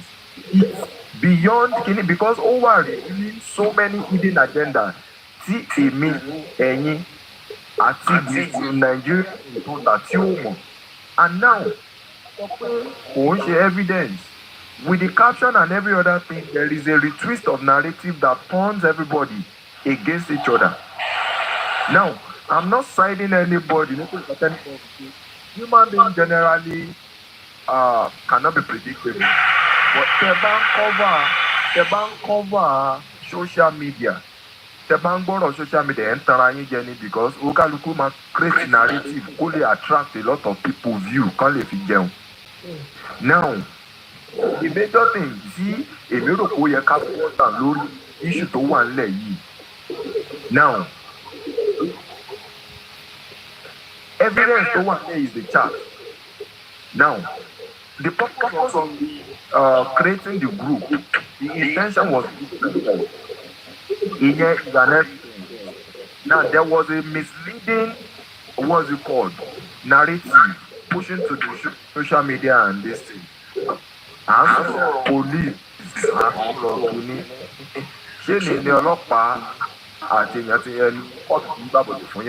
they can sweep the case under the carpet. But bó ṣe ń lọ sí tí gbogbo èèyàn ti kígbe síta tó ti wà lórí afẹ́fẹ́, ó máa wà very difficult. Now, òkúta ti sin tẹ́sẹ̀ ẹ̀ jáde. So, nísìnyí, every party involved ń sìn wọ́n máa padà sí orí table because ọ̀rọ̀ yẹn ti di ọ̀rọ̀ gbogbogbò, ó ti wà lórí afẹ́fẹ́. Wọ́n máa ti gbé kéèsì yẹn tì tẹ́lẹ̀, wọ́n máa gbé ìdíje padà, wọ́n máa bẹ̀rẹ̀ sí ń taná wá ọ̀rọ̀ wo nǹkan tó ṣẹlẹ̀. Justice lè pẹ́, èèyàn á máa ṣe bí èèyàn. Bọ̀ nǹkan tèmi fẹ́ ká ṣe ń bìbà yìí tó bá jẹ́ lóòótọ́ because nǹkan tó ṣẹlẹ̀ yìí, pàṣán tó fi nà yá níbẹ̀ lórí àjàfúnyàwó kò sẹ́nìbọ̀dì tí ò lè ṣẹlẹ̀ sí. Èmi sọ lálákọ̀ọ́kọ́ pé ẹ ṣe sà ṣe rí nǹkan tẹ́ sọ yìí nípa eight party ìdó ẹ ló sà ṣe rí nǹkan tẹ́ sọ torí àgbọ̀ yín dáadáa nẹ́tíwọ́ọ̀kì yìí yìí dá other people lè sọ̀rọ̀ you understand the take yín ṣe rí nǹkan tẹ́ sọ yìí níjẹta I did a live gbogbo live tí mo ti ń ṣe thank God that is a very educative life and a lawyer came here I won't lie to you he puts a lot of light on the both. It's not both parties. 3 parties they are here. I won't lie to you. I was there. Láti join me. Àwọn parties yẹn máa ń send nǹkan sí mi o. Ṣùgbọ́n gbogbo ilé ó sẹ́ ìtọ̀wọ́ sẹ́ ni wọ́n ṣàlè kí n clear kí àwọn èèyàn lè gbọ́. But they are sitting to know. Party kan wà tó jẹ́ pé he told us pé I learned a lot. He learned since then. I haven't seen them up and down from social media. I know they are doing the needful. So that is it, which is true. That is why I'm happy to be doing this live, to be honest, because a lot of people that they are lawyers, they will still come up and talk and enlighten people. And a lot of people too will talk. So, and from there, a lot of people, they will gain a lot of things. That is what I'm happy for. So let's listen to Happy Delicious. Let's listen to her. Let me go away. For Fabumi Moki. Mr. Fabumi, I'm not doing any launching after the before. I'm not doing so. But bye for now. I will still come back. There's no hard feeling there, Joe. As of most time, there's no hard feeling. No, Italarani, Moguwani, we are all human, okay? We are just all human, and no offense to anybody. We just, all of us are learning because we are all. So my prayer is that God will help us, and we should not be. Don't be ignorant of the law. It will happen. Preach 66. No matter what you say, it doesn't get at me. I'm a father. I know what I doesn't get at me. I'm a father. So it's God bless you. Okay, God. Oh, yes, thank you. Happy delicious. You can go ahead. Okay, but then because see that very dark, dirty guy, that very dark boy. No, I'm sorry. That very dark man tó jáde tó sọ pé òun ní proof. So nínú gbogbo ṣáàtì tó read nǹkan tí mi kàn fẹ́ kọfà pé kí ni proof àwọn nǹkan proof gbogbo ọjọ́ tó ti jáde proof wo ló gbé síta. Okay, àwọn èèyàn tó wá justice ṣé wọ́n máa kọ lọ sórí ìwọ̀ sọ́bọ̀ máa sọ̀rọ̀ ni wọ́n máa everybody ló máa grade group náà kò sẹ́nibọ̀dì tí ò ní group a ní church group a ní school group a ní work group kí ló expect kọ́ máa sọ nínú group who àti wọn you guys are not agree o lè expect pé kọ́ máa hail ẹ̀ ń bẹ̀ you guys are enemy and moreover you are not in that group kí ló expect kọ́ máa sọ nínú group ni because ó sọ ní pé wọ́n gbé group ṣé nínú group yẹn ti confirm pé èèyàn báyìí ló pa ìbọ̀bọ̀ yìí o àbí pé ìyàwó ẹ̀gbọ́n òtútù ní group yìí tó bá pé ìyàwó ẹ̀ wà nínú group yẹn bí ìyàwó yẹn ti wá confess ni pé oh because òun lòun pa wọn wá ń bò ó fún ẹ jẹ́ ká sọ̀rọ̀ síbi tọ́rọ̀ wà bọ̀bọ̀ yìí ó ń jà fún ara ẹ̀ ni tó lóun àti àwọn pípọ̀ yìí wọn wà agree òun náà ní títì gbogbo wọn ló ní títì wọn lọ́wọ́ kò sẹ́ni tí ò ní títì wọn lọ́wọ́ kò sẹ́ni tó perfect ní gbogbo wọn the only thing tẹ́mi kàn blame Iyabo ni wípé kò ti mọ̀ ni kò bá ti má dá sí that other guy because wọ́n gbé lọ sí wọ́n rán lọ sẹ́wọ̀n nǹkan tó mu tó fi ń jà fúnra ẹ̀yìn ògbọ́n tó sọ ni wípé wọ́n sọ wípé òun wọ́n fi ìwòwò òun sí online mo tẹ́ pé òwò ìwọ fún ara ẹ ló post ìwòwò ẹ ló fi sórí kí ló fi ń gba donation tó ń dáwó sí fún ẹ bẹ́ẹ̀ kò wá sọ pé wọ́n mú ìwòwò ẹ wọ́n fi sí online wọ́n ṣe kíní kan kò sí gbogbo nǹkan tó ti ń post kí ni evidence tẹ́yìn kan èèyàn kan lè prove sí mi nípa nǹkan tó make sense lélẹ̀ kéèyàn kan jáde kó sọ pé this is the body that is talking about ó kàn ń jà fún ara ẹ̀ ní ó jẹ́ ń post àwọn kìnìún ọlọ́lá àwọn èèyàn jẹ́ ó fi ń gbowó lọ́ọ̀lá àwọn èèyàn jẹ́ ń believe ẹ̀ kéèyàn kan sọ evidence pé nǹkan tó make sense tó post nǹkan tó make ó ní nǹkan tó sọ nípa bàbá Mohbad ọba àgbọ̀ òkè kó sprint ẹ̀ kó gbé síta kò rí gbẹ́ta ó ní sọ́kọ́ máa bring Naira down eléyìí ò kì í ṣe Iyabo Ojo hide it's out of annoyance ló fi sọ because ó sọ lọ́ọ̀la ó sọ Naira Marley you will go down yes ó sọ kò hide so tó bá wà lórí group chat ṣé ìgbà tó ń lórí group chat ṣé Iyabo sọ tẹ́lẹ̀ nílẹ̀ ìgbà tó ń ṣe fídíò tó sọ nípa Naira Marley ọmọ tóun sọ nìyẹn sílẹ̀ Naira Marley ó drug wọn àwọn ọmọ tó ń gbé lọ́dọ̀ ẹni kò ń ṣe ọmọ ìgangan Iyabo gan kọ fún pé òun ò rí Naira Marley báyìí òun ò rí rí for real life òun ò tí ì rí rí àwọn ọmọ tó ń gbé lọ́dọ̀ ẹ̀ tó rán lọ síbẹ̀ ni o bàbá kan bá ń pè ní DJ Flash tí Naira Marley tó sọ di wèrè ṣe bí kí ló sọ sí kò sẹ́ni bọ̀ tó sọ̀rọ̀ sí ọ̀rọ̀ yẹn mọ́nà tí bàbá yẹn ti rán mad tí ẹ pé gbogbo nǹkan tó ń fa tí tó ń fún fa nílé Marley lórí kò sẹ́ni bọ̀ tó sọ Iyabo ló tọ́jú ẹ̀gbà sí ìyá ẹ̀gbẹ́ síta ló tọ́jú bàbá yẹn ta ló sọ sí kò sẹ́ni bọ̀ all because Naira Marley ti very that guy ti jáde ń sin olóhùn ní proof àwọn èèyàn ti sáré believe all because Iyabo òun àti bàbá Ìjẹ̀ṣà most of àwọn tó ṣáìdì dábàá máa ìyá gbogbo wọn bí i ọmọ ẹ because they are pedophile ni wọn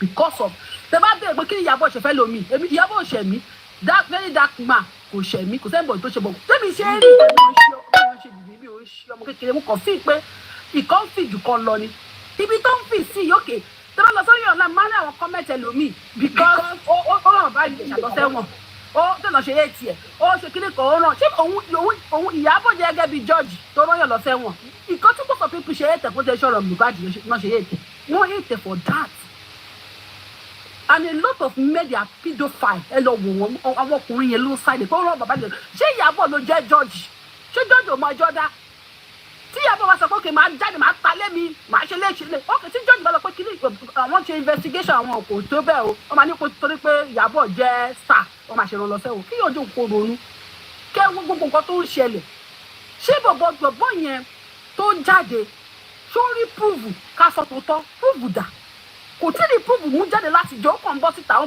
because àwọn èèyàn sọ pé òun ló ba kéèsì tẹ́ bá lọ sórí online yẹn tó bá sọ̀rọ̀ kan máa ní ẹ ìwọ ló ba kéèsì Mohbad jẹ. ẹ jẹ́ má bínú nínú ẹ jọ torí Ọlọ́run ẹ ṣe gan ni mà ẹ jẹ́ kí sáré play ẹ jẹ́ sáré play nǹkan mà. Yes, I do drugs. This guy, remember this? No, I don't do drugs. Oh, yeah.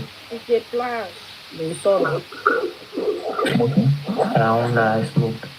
Hi everyone, my name is Akin Abolade, and do you remember this guy here? I want to say very big thank you to Iyabo. That one is my deal. I won't lie. So Yahweh, I'm not mad. But something happened to me, I won't lie, but it's not madness. I need to, I don't even know what the thing is from inside or your brain. It's not my brain, from inside. Yeah. So it wasn't like you ran mad. It's not like I ran mad. Because when the thing happened to me, I lost so many things. If not for God and Mrs. Iyabo, she's always be my backbone. She's always be with me. Anything I need, she always be for me. If you are watching this, God bless you. Are you fine now? Yes, man. I'm good. You're good. Yes. And you're back to being a DJ. Back to be my business. I'm back to work. I won't lie. Normally, you have been a good person to me. But when this thing happened to me, I don't know. That what I'll just say is that it doesn't ask for me again. You live how many years with him? 4 years. Do you miss him? I would say yes. When he didn't check up on you, you felt betrayed. Bad. Was you also there when Mohbad was there? All of them, they met me in Miami. Mohbad has been always. Yes, no. Tell me, how did you meet Mohbad? Yeah, Mohbad started and I told him I would be paying his son in the house. So now I can be listening to him that is good. And what did he say? He said thank you very much. That if any help I can do for him, he will surely repay back. That's what he said for me. Who said that? Mohbad. And did he pay you back? Yes, he paid me back. Because if it's not his matter, I don't think my matter will come up. This guy here. Remember this? No. Also, I need you.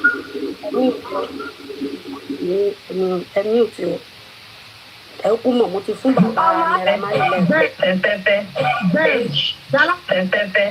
Bẹ́ẹ̀ Jala ya ló ń bọ́ lọ́wọ́ ọ̀fàm.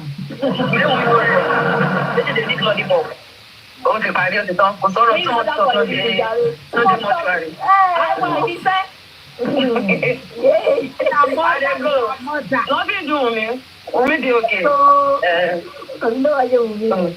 Wọ́n kàn ń ṣe gbogbo ọmọ náà ṣe ń ṣe. Méjèèjì pápápá. Wíṣẹ̀ gbèrè pápápá. Ẹ̀nà kọ́ máa jó. Ọ̀rẹ́ ti go bẹ́ẹ̀ tó tutù. Wọ́n ní ẹlùlù fún wọn ní. Ṣé ó ní go bẹ́ẹ̀ tó tutù? Ṣé ó ní go bẹ́ẹ̀ tó tutù? Àwọn ìwọ̀n tó bàjẹ́ bàjẹ́. Ó wá yí kó ó lè wá lò tó wá ń ṣe kíní yẹn tó ń ṣe kíní yẹn. Orí ọ̀kadà ẹ̀sìn tó ń sàrà yí fa. Ìgbà wọn lọ fi ṣe na dem dey shout. Na una dey laugh.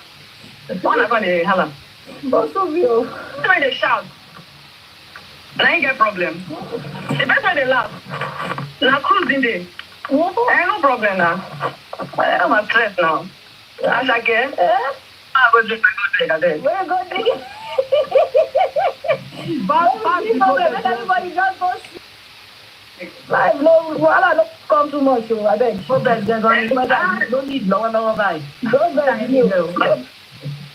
Go beg me. You no get problem abeg. Wùmí wo? Máa yọ ọ́ sí ẹ̀.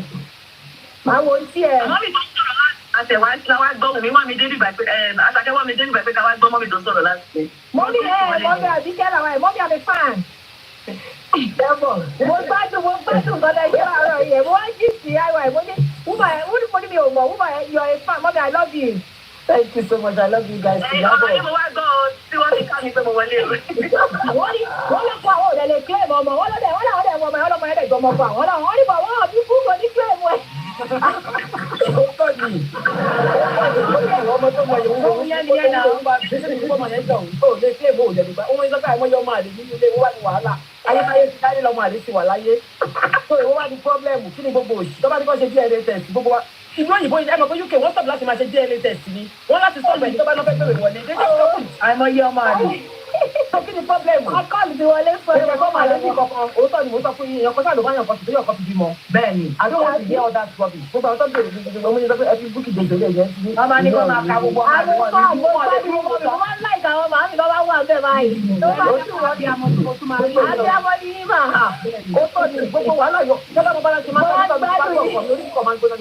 irú àyàn kan tó sọ láàárọ̀ gbogbo property tí wọ́n ń béèrè yẹn wọ́n bí yàrá jẹ́ èèyàn kan ni rárá ibi tó yìí ẹ wò ó ìjà sì bọ̀ ibi tó ti Mohbad sí tó bá jórúkọ ẹ̀ ló wà bẹ́ẹ̀ Iyabo ló ní bẹ̀ ẹ ti gbogbo yẹn la máa gbà lọ́wọ́ bọ̀bọ̀ yẹn bàbá yẹn ò ní nǹkan kan ẹni tó bá ti ní nǹkan kan máa já padà ó máa já padà kí ló dé àwa Yorùbá àti ìṣe báyìí Ìgbò la máa bú tẹ́lẹ̀tẹ́lẹ̀ pé wọ́n ń jogún ọmọ wọn àwọn ọmọ ìgbà pé ogún lórí kí ni mo lọ́mọdé yìí ti dé kí ló sì ní ẹ wá múyàwó ẹ wá fẹ́ tọ́jú. Tẹ́tẹ́tẹ́. bẹ́ẹ̀ yàrá ló ń bọ́ lọ́wọ́ farm. Títí dé big lọ́dí bọ̀. Ó ti parí ó ti tán. Kò sọ̀rọ̀ tí wọ́n sọ lóde mọ́ṣúárì. Àǹtí favourite ẹ lè continue ọ̀rọ̀ yìí ní play ilé ìfowópamọ́. Ó ń ṣe àbá favourite nígbà nǹkan tó ń ṣe ẹ̀lí mò ń rí àjẹ́ ń sọ àárín láti jọ ìbí gbogbo ẹ̀ ṣe ń lọ. It's not about being a favourite of anybody. Kò sẹ́ńbọ̀ tó fún mi ìwọ̀ Iyabo. Pẹ̀lú ìjọba lórúkọ yín sọ́rí jàre. Mi ìmọ̀ wọ́n rí but the way I'm seeing things like. Orúkọ yín mo mọ̀ fẹ́ pé. Bọ̀bọ̀ tó ń jáde that ó ń jáde for his own purpose. He's not really looking for justice. I'm saying that guy is not looking for justice. Okay, ìgbà tó ń jáde kò rí kankan lórí ipò orí ẹ̀ wọ́n gbé kéde síta ìwọ tó ń ta ọkọ ẹ̀ lọ́nà àwọn èèyàn dẹ̀ ń believe ẹ̀ ọkùnrin tó lè gbé ọkọ ẹ̀ sọ̀rọ̀ láì tó ń ta fáwọn èèyàn ó wá ń bọ́ síta ó wá ń tọ ogbó èèyàn wọ́n yẹn ń believe ẹ̀ kíyàn tó lè sọ pé máa ta ọkọ lọ́nà ṣé èèyàn gidi nìyẹn ni ó wá bó síta ó yẹ wá manipulate gbogbo èèyàn ó jẹ́ ìṣẹ́lẹ̀ máa jẹ torí pé wọ́n agree sí decision titi ẹ̀ tó bá gbọ́n àti Iyabo oníjà àbọ̀wọ̀n àti Tòdíkè oníjà ṣé o kó máa tó lọ ṣe àtàkì Wùmí kò sí kankan tó fi àtàkì Wùmí àti ìgbà tó ti ń lọ 2 years wọ́n ti ń bully that young lady wọn ò ní fẹ́ tangible strong proof fún olùkọ́ ọkọ ẹ̀ ó lè jẹ́ neglect nọ́ọ̀sì ni ó lè má jẹ́ ní ọkọ̀ ló pa bọ̀bọ̀ yẹn àwọn kan náà wọ́n lọ sórí báńkọ́nì èèyàn tó ṣèṣe lọ́wọ́ kò ní sẹ́jẹ̀ lórí blanket ní ìka sọ tó tọ̀nà kò ní sẹ́jẹ̀ lórí blanket ni ṣé tí gbogbo Yorùbá òkè kí Iyabo náà máa búlẹ̀ kí gbogbo Yorùbá máa búlẹ̀ Wùmí ṣé Wùmí ò ní kú ni. Àbí. Ṣé kò ní kú ni. Àbí lọ́mọ. Ilé ìbúlẹ̀ ilé ìsọ pé ókè fún gbogbo àtọ́ tí gbogbo proof tó ti ń rí. Proof dàpọ̀ òun ló pa. Mo bá ẹ ọmọ tí ò. Ìyẹn tó lọ́mọ 2 years old lọ́wọ́ wọn jẹ́ kó ọmọ ẹ̀ wọ́n jẹ́ búlì ọmọ yẹn wọ́n búlì ẹ̀.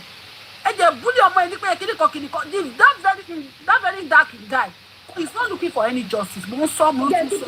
Ó ń bá wọn Iyabo ó ń bá wọn fìtí náà ó ń bá wọn. Ẹ jẹ́ bá yín play ẹyọ kan sí gàrí yóò ní bàjẹ́.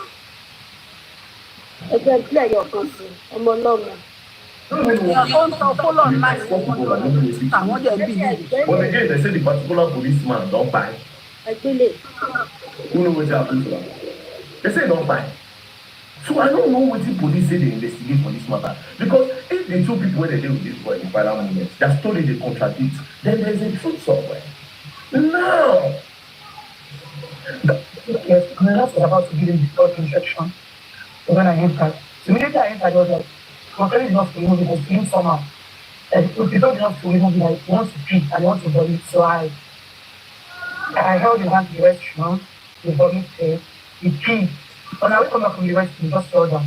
They started saying his heart is hurting me, I need water. I had to call on Adura, like that he should come. So they told Adura to get him water. Adura should pour in water.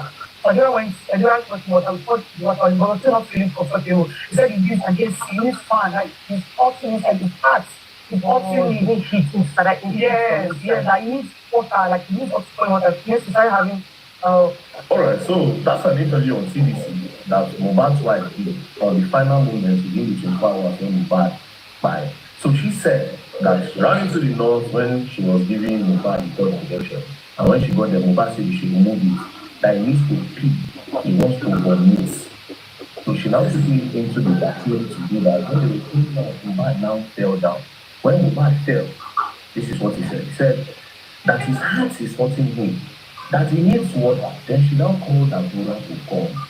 When Adura came, so Mohbad now told Adura to get him water, and Adura should pour water on him.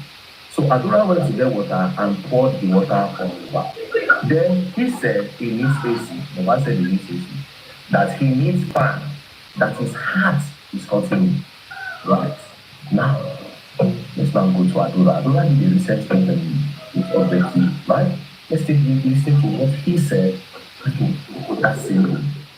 Like for me, for Bali, one of them, like what's in my past now will be at the 10 to 15 minutes. For Bali, we'll look at you know, share torí tí máa sá lọ sókè nítorí mo bá dín nílé ẹ fi kò lè kò lè sọ̀rọ̀ tó bá fẹ́ ṣe nǹkan ọwọ́ ló fi ń mo bá ní pé kí ló ṣẹlẹ̀ mo ti ṣáà láti sọ pé abẹ́rẹ́ òun fún lábẹ́rẹ́ tó nípa abẹ́rẹ́ kẹ̀ ó ṣàtúnṣe fún mi bọ́ ojú ẹ̀ ó sọ tó ń náwó sí ní pé ó fún mi bọ́ ojú ẹ̀ ó náwó sí sípọ̀s kò lè sọ̀rọ̀ ìdí ìlú tí ń ṣe kí wọ́n struggle yẹ́ kò lè sọ̀rọ̀.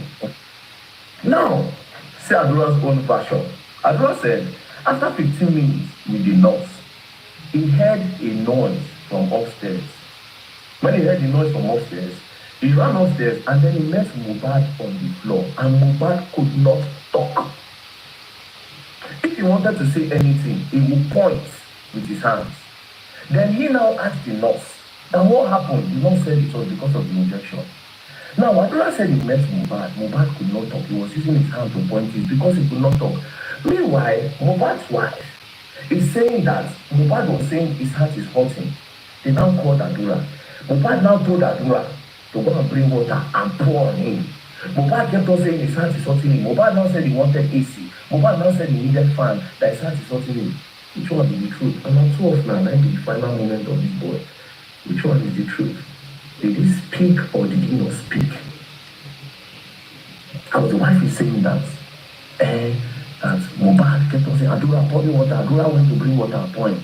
He told Adura he needs fan, he needs it. Meanwhile, Adura said Mohbad could not talk.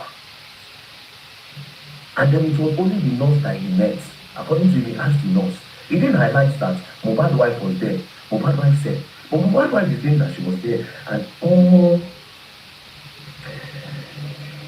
I don't even know what the police do for this case, to be very honest. I don't even know what police do. I swear to God, I don't know what the police do. But again, they say the particular policeman don't buy. Who knows what happened to them? They say don't buy. So I don't know what the police say they investigate for this matter. Because if the 2 people where they deal with this boy in the final moment, their story they contradict, then there's a truth somewhere. Now, that fall where they don't say he fall, I didn't think now. It came. When I wake up from the rescue, just fell down. You know what I think outside of the ball? Because of this grief. When did they interview Mama Mohbad? Zoom for that interview where she go for TVC. And tell Mohbad crying. Why this grief for the staircase break? Could it be that fall? Because when Mohbad talk about the fall, the thing, could it be that the fall they bigger than waiting them that they explain? And again, that blood for duty, when they say they see, when Mama Mohbad say he see, where Mama Mohbad's sister also talks say she see blood for Mohbad clothes. Now, if you go further in the interview with Mohbad's brother, he said that Mohbad was initially inside Wunmi room. They go carry Mohbad for Wunmi room. They don't give him a treatment. They carry go Mohbad room. Now, Mohbad auntie say she see blood for singlet for Mohbad room. Then later again, Adura come talk say after everything, they call return am back from wife room. But again, if the last 2 people when no was so, because every other person who interview at some point they left the house. Do you understand? So it is between the nurse, her, and this guy. But of course, the way this thing they go, now only the nurse, now the family. Could it be? But again, why is that story contradicting what the police investigate? Anyways.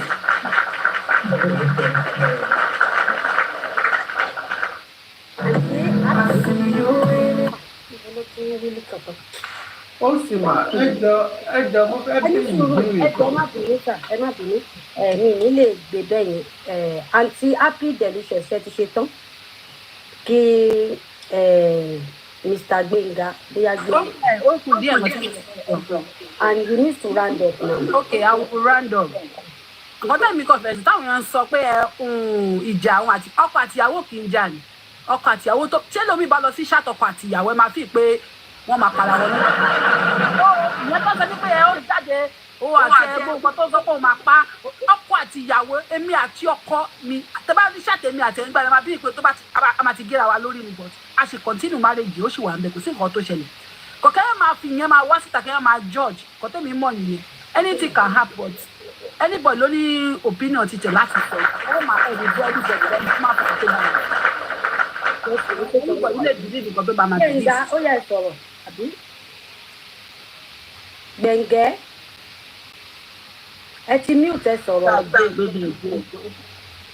Gbogbo ilé ẹ̀ka sàn ẹ̀ka àárọ̀ bíbá yìí God bless you. Contribution ti tèmi àwọn nǹkan tí mo fẹ́ sọ ni wípé ṣe rí ikú tó pa Mohbad ojú Ọlọ́run tó Ọlọ́run ló mọ̀ gbogbo wa lọ but gbogbo wa fẹ́ ká justice fine but ní gbogbo àwọn tí mo rí wípé wọ́n sọ fún justice Ọlọ́run á ṣàánú wa á jẹ́ kan rẹ̀ but ní position ibi tí èmi dúró sí ni wípé ṣe rí the very day tí Mohbad ti ṣaláìsí Wùmí ó wà lára àwọn tó kọ́kọ́ kọ́ sí gbogbo ogun yìí fún Iyabo and tó dẹ̀ kọ́ sí gbogbo wàhálà yìí fún everybody reason ni wípé fún àwọn pọ́ọ̀lù tó sọ ipò képe the nigger they killed the nigger now he has gone to rest who are the people that killed the nigger ṣé ọkọ ẹ̀ ṣé ó nìkan tí ọkọ ẹ̀ sọ fún kó tó di wípé inú yẹn ṣẹlẹ̀ tí Wùmí ò lè sọ síta tí ó lẹ́ni tó wá sílé tán wá pa ọkọ ẹ̀ mọ́lé ni tí Wùmí ò lè sọ síta dẹ́ni ṣé nígbà tí kinní yẹn ń ṣẹlẹ̀ sí ọmọ yẹn ṣé ó sọ fún tó ti náà sí hypertension tó wá sọ pé hypertension ó ti high kó tó di pé bọ̀bọ̀ yẹn ní heart attack tí Wùmí ò lè sọ síta àwọn point yẹn ó yẹ kán bá wa bèrè lọ́wọ́ Wùmí which is pẹ̀lú gbogbo nǹkan tí gbogbo wa tí wọ́n padà post bí wọ́n ṣe ń maltreat bọ̀bọ̀ yẹn tán búlì ẹ̀ káàkiri ńgbà tó máa fi sọ̀rọ̀ ipò képe ojú wọn ti dá nísìn everybody kò sí anybody tó máa lóun wà ní gbogbo àgbáńlá yìí tí ò bìlífù pé Naira Marley àti the other guy ipe láti bẹ̀ ní ikú ọmọ yẹn ti wá gẹ́gẹ́ bí abiyamọ kò lè sẹ́ni tá sọ pé ara ò ta òun bó ṣe rí ẹ̀bi tèmi fẹ́ dá Queen Mother Iyabo Ojo òun ni wípé mo máa ń gba àdúrà kan wípé gbogbo ọjọ́ tí bá máa lò nílé ayé Ọlọ́run ní ní Nàìjíríà ò ní ṣẹlẹ̀ sí mi torí gbogbo nǹkan tá à ń sọ yìí ẹni tí Nàìjíríà bá ṣẹlẹ̀ sí ló máa mọ nǹkan tá a jẹ́ ní Nàìjíríà we are wicked we are mean kò sí nǹkan wé bí àwa Nigerians tí mo lè fi wá wé òun fúnra rẹ̀ tó lóun ń ṣe activist at least ó yẹ kó máa fi ọgbọ́n kó fi kúrò ó yẹ kó mú emotion kó mú kúrò nínú activist tó ń ṣe àti organization tó gbé kalẹ̀ òun ló ń jẹ́ kí everybody kan blame Iyabo Ojo or as of today gẹ́gẹ́ bí abiyamọ kò sí anybody tó máa jẹ́ abiyamọ tó máa rí pé nǹkan ṣẹlẹ̀ sí ọmọ abiyamọ àbí ọmọ tó bí àbí ọmọ ọlọ́mọ tó rí feelings sórí ìyà tí abiyamọ ń jẹ lórí ọmọ tí ò ní feelings àti emotion ní Iyabo Ojo tó máa ń lò lórí àwọn situation tó ṣẹlẹ̀ òun ló padà dà láti fi lọ́rùn lẹ́nu òun ló wá padà di gbogbo orúkọ tí gbogbo ayé ń sọ lẹ́nìí lákọ̀ọ́kọ́ tá a bá ní ká bẹ̀rẹ̀ látọ̀dọ̀ Bàbá Ìjẹ̀ṣà àmọ́ gbogbo nǹkan tán ló ti ṣe because àsìgbà tí ọ̀rọ̀ Bàbá Ìjẹ̀ṣà ṣẹlẹ̀ ní everybody lórúkọ ẹ̀ bẹ̀rẹ̀ sí ní radiate lórí gbogbo nǹkan tán fi ń tán yí mọ́ lẹ́sẹ̀ nísìn gẹ́gẹ́ bí experience tó sọ pé òun ti ní gẹ́gẹ́ bí abiyamọ ipò képe àbí gẹ́gẹ́ bí èèyàn ipò wọ́n ti rẹ́pù òun ló jẹ́ kó sọ̀rọ̀ àti nǹkan tó gbé dání but emotion ẹ̀ ó ń pọ̀ ju action àti àwọn òfin tó gbé organization ẹ̀ dání òun ló ń jẹ́ kí ayé kan blame ẹ̀. ẹjọ́ náà láti tẹ̀lé ní tí ó yá ẹ sọ̀rọ̀ ẹ ṣe mà ó yá kí tí ẹ sọ̀rọ̀. ẹ káàsán. mo máa bẹ̀rẹ̀ níbi sáǹtì yẹn hẹ́ẹ̀ àti tó sọ̀rọ̀ láti lóòótọ́ nílé ayé gbogbo nǹkan tá a bá ń ṣe ká má máa fi emotion sí ká dẹ̀ má máa sọ̀rọ̀ jù inú bá ń bí wa ká mọ bá ṣe máa kú temper wa down kéèyàn má máa sọ tí mi ìbá ba ilé ẹ̀ jẹ́ ipò yẹn lọ́ máa rẹ̀. Ṣé rí iṣu Ìyábọ̀ Òjó abiyamọ kò sẹ́ni kankan tó máa gbọ́ pé nǹkan báyìí tí Mohbad sọ fídíò tàbí everything pé wọ́n búlì rìn kéèyàn ò ní dìde. But problem Ìyábọ̀ Òjó tí àwọn èèyàn fi yé ìtẹ̀lé ẹ̀yìn ojú ọ̀rọ̀ bàbá Ìjẹ̀ṣà lọ. Èmi náà wà lára wọn fún mi ò láìpẹ́ ńgbà yẹn. Wípé tó bá fẹ́ jà fún justice sọ pé nǹkan tí bàbá Ìjẹ̀ṣà ṣe dáa. But emotion tó fi sí ni pé tó ò bá bá kanlẹ̀ báyìí ni kò ṣe rí fún ẹ. Àti pé ara ló ń ta. Ìyábọ̀ Òjó kò ń ṣe lọ́ọ̀yà kò ń ṣe judge. Wọ́n lè gbé kéèsì lọ sí court wọ́n ní pé bàbá Ìjẹ̀ṣà jẹ̀bi wọ́n sẹ̀ǹdẹ̀ ẹ̀. Ẹ jẹ́ ká padà sórí ọ̀rọ̀ Mohbad. Gbogbo wa amòótọ́ dáadáa. Everybody ló mọ̀ pé tí èèyàn bá health issue tó bá lọ fún ní injection a máa ń react sí injection differently. Ẹlòmíì tó bá change medication, I'm sorry because I'm in a health worker sector. Tó bá change medication ẹ̀ wọ́n á sọ fún pé ó lè rìn wá. Ẹlòmíì lè máa rojọ́ wọ́nrọ̀wọ́nrọ̀. Ẹlòmíì lè máa sùn. Ẹlòmíì ò lè dàgbé ó máa ya wèrè ká tó wá sọ fún ẹni tí wọ́n lọ fún ní injection abẹ́rẹ́ kan tó wá tán ní tetanus àbí nǹkan. To be honest ṣe rí kò sẹ́ni tó jẹ́ investigation tó wà bíbá yìí. Bọ̀ ẹ jẹ́ kí n fi ọ̀rọ̀ ìṣẹ̀gbọ́n tá bá lọ sí ọ̀dọ̀ àwọn ìjìnlẹ̀ nílùú tàwa yìí nípa fẹ́ ṣe ọ̀rọ̀ ìgbégbèlè. Ṣé ẹ mọ̀ pé ọkọ àti ìyàwó tó bá jọ lọ same question náà ń bí yín o but the moment ẹ bá dúró síwájú wọn answer yín máa yàtọ̀. Bọ̀ àwọn dẹ̀ ń wò yín wọ́n mẹ́ni tó parọ́ wọ́n mẹ́ni tó sọ̀tọ̀. Most cases wọ́n mọ̀ pé ẹ parọ́ bọ̀ sí ẹ̀yìn ọ̀rọ̀ yín máa yàtọ̀ síra wọn. Ẹ jẹ́ ká sọ̀tọ̀. Kò sẹ́ni tó sọ pé Naira Marley àbí VDM ló pa Mohbad. Bullying yẹn tí very dark man ní ká yọ kúrò òní gbogbo wa sọ pé no. And this is a person that came out when the issue started. Very dark man said that ogun ló rán wa létí pé ká lọ máa cancel àwọn Marlia's record pé ká lọ fi gbogbo platform ká lọ máa report wọn pé wọ́n gbọ́dọ̀ ṣe sí. So to be honest to me tí very dark man orí ẹbí tí kò lè fi wá ó bá wọn ní síta síta ẹ̀rí nígbà ó go straight to the point kó bá wa clear that is it. Ẹ ṣe lè ó yá TJ of London ó yẹ sọ̀rọ̀ ṣe kó lọ sọ́dọ̀ Mr. Fábùnmi torí the crown ló dé last. Dam TV. Sorry, ma. Yes, sir. Mo kí gbogbo lé ọ̀rọ̀ mi ò pọ̀ ṣókí ni I get. I just have something to tell this happy delicious. Ó kàn ń guide àwọn criminals ni kò yẹ kó rí bẹ́ẹ̀. Ó yẹ ká sọ ó fẹ́ máa protect àwọn tó bà nǹkan jẹ́ and ó yẹ kí àṣírí wọn kó máa tú ni kò yẹ ká máa dáwọ́ bò wọ́n. Let's call a spade a spade. Ẹni báyìí although àti rí strong evidence o pé ẹni tó pa alẹ́ wa lélẹ̀ ẹgẹ́ but with things tí very dark man show wa ẹgẹ́ at least okay tí a bá trust VDM ta ni a tún fẹ́ trust báyìí on this case. Ṣé Ìyábọ̀ Òjó ni ká trust ni àbí ta ni? So but that delicious money àbí kí náà korúkọ ẹ̀ ó fuck up na because of herself I request to come up to be honest. So ẹ jẹ́ ká sọ bó ṣe yẹ kó rí kí lè pé ká máa defend the ọ̀daràn. That's my own point. Bẹ́ẹ̀ni ma ṣe ṣe ma. Yes, Mr. Fábùnmi yẹ sọ̀rọ̀ torí mo fẹ́ play fídíò kan sí. Yeah, honestly, when people talk sometimes, I laugh. Because people talk based on how things are being done in family meetings, not in court. Okay, when we begin to allege people without evidence, we are also committing a crime that is very that could allow people to sue you. I put it to anybody to bad one be by. That is there any if you are a judge, is there any sensible thing VDM has brought out that could make you sentence anybody for the death.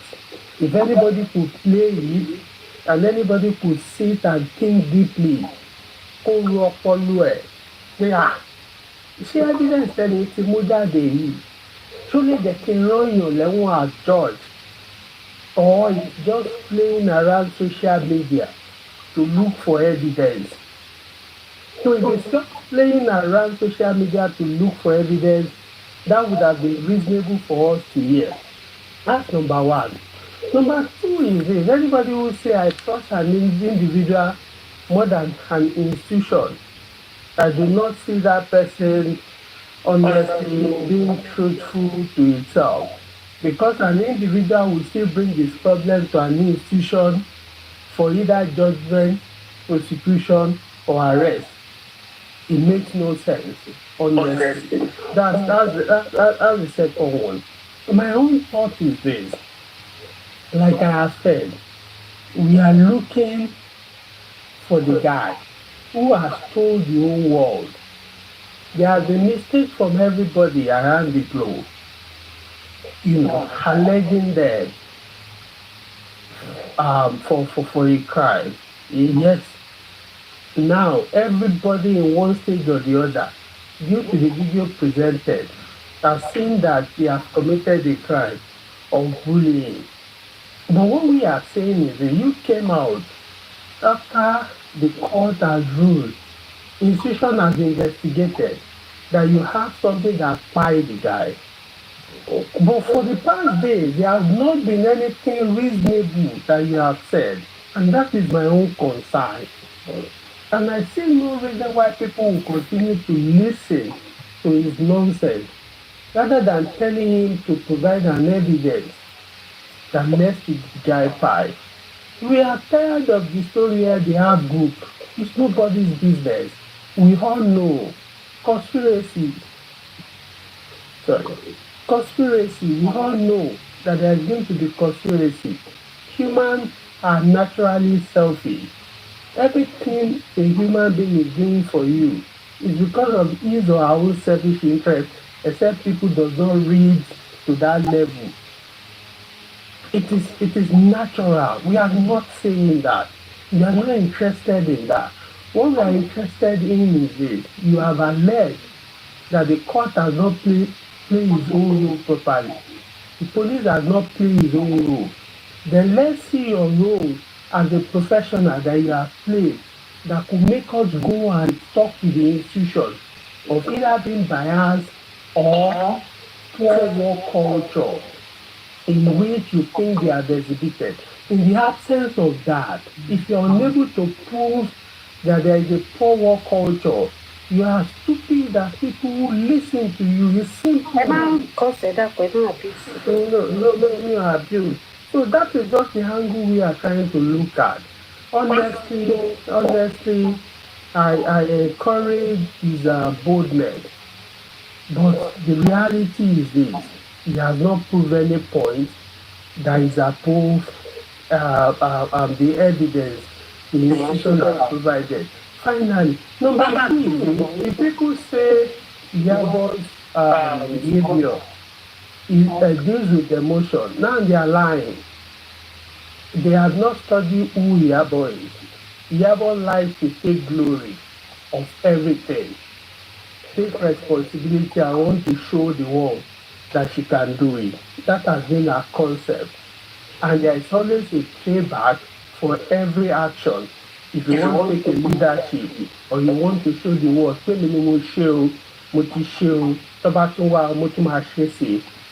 is the reward.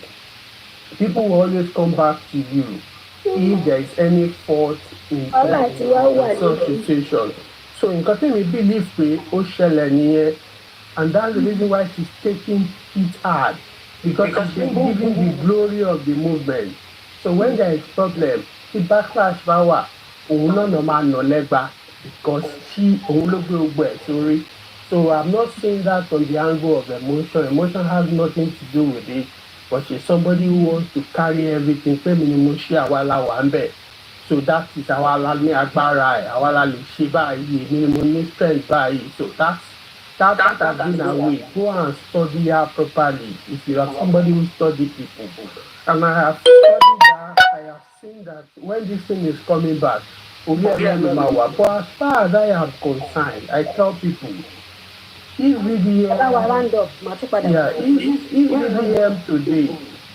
EVDM today is coming out with the nonsense he's saying, is a no case submission, he should go back to his house and go and drink water. That ends the case. No case submission.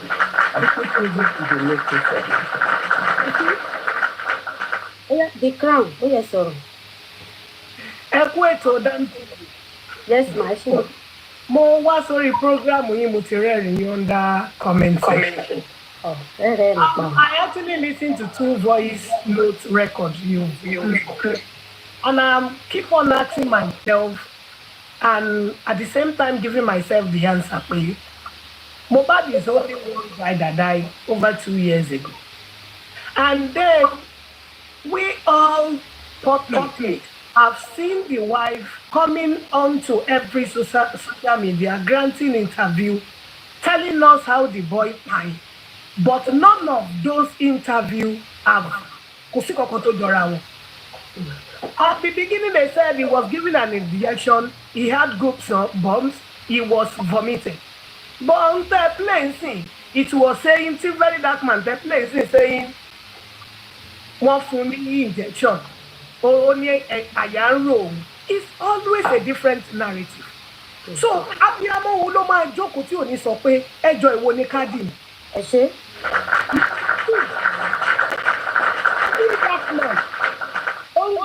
Information. We are not bothered about the information. But Shematebako, 10 students in class, the same lecturer will teach us with different understanding and different listening ear. But the bottom line is, we all public are looking for one thing. What find this guy? Then the people we trusted are planning something else. In any concern, who cares? With the voice of the place, they were mocking us, laughing, using God not to enjoy yàrá wọn. Is that not concerning? Ìgbà tí bàbá yìí kú, some mothers could not sleep. And you were sleeping, enjoying yourself with go bed. That is my concern. So whether very dark man, I can't come to your page, but I will use this platform to say, please, whatever you have, me, I will applaud you to finish it. When government is there, authority, pathology, whatever, told daddy, I will conjure you. Ẹni tó bá ń kó gbọ́ tó bá ti rówó ra data. Ẹ nídìí láti wá advocate campaign fún wa pé ká má lè sìn ní tó bá wù kálukú ni kó gbọ́. Ní tó bá dẹ̀ wá mú ẹni kó wá mú dání ń bẹ̀ kó dì mú ìyẹn ò káyé. Ẹ ṣé o. Àti yóò ní bàjẹ́.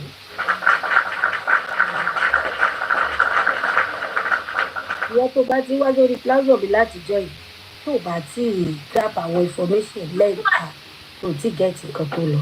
Mo tún sọ anything activist. Mr. Victor! Èèyàn mi àtijọ́ nìyẹn. Ẹ ṣé gan ni sir. Thank you sir.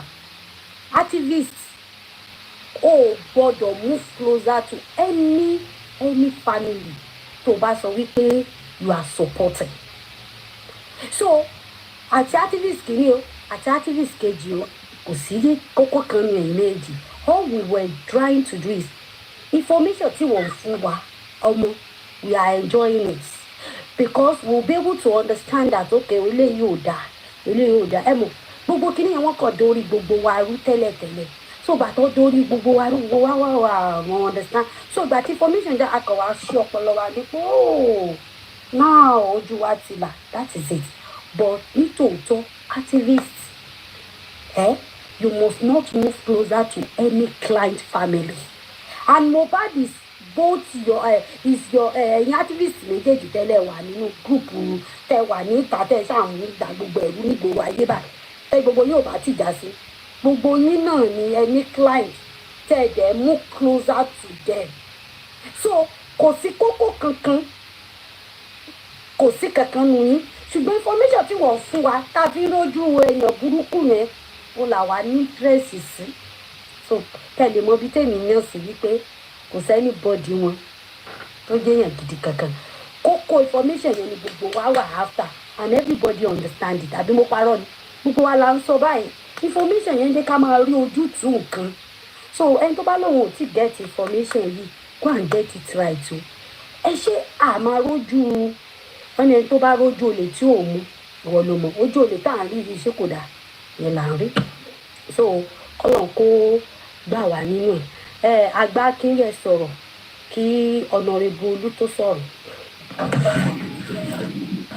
ok ẹ ṣe gidi gan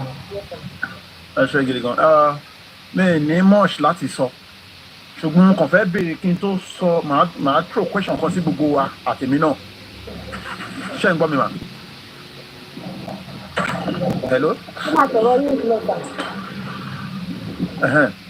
now ṣé ẹ mọ̀ pé tí very dark man bá tún raise issue yìí bí issue ṣe máa silent issue Mohbad bó ṣe máa silent lọ nìyẹn how many of us individually ló gbégbèsè ló ṣe nǹkan tí bọ̀bọ̀ very dark man ní tó ń ṣe a kàn máa deceive ara ni o tá a bá ní kò sí òótọ́ ọ̀rọ̀ kò sí ẹ̀kọ́ òṣojú mímu nínú gbogbo tó ń sọ yìí inú nǹkan tí very dark man tó ń bring out yìí a kàn ń tanra wa ni wàá just deceiving ourselves and gẹ́gẹ́ bí mr mi ìmọ̀rúkọ lẹ́ẹ̀kan mr Bible festival ti sọ lẹ́ẹ̀kan yẹn kò dáa kíyàn máa show pé yes I know it all maybe because Iyabo Ojo the first one tó kọ́kọ́ ṣe nípa bàbá Ìjẹ̀ṣà báyà ó jẹ lọ and tẹ́ bá mọ the secret tó wà nínú issue wọn àti bàbá Ìjẹ̀ṣà everything ó ní reason tóun náà fi ṣe nǹkan tó ṣe yẹ tó sọ pé yes I'm going to màá talé mi màá tọ̀nà mi kò sí fún kó tẹ̀ jẹ́ pé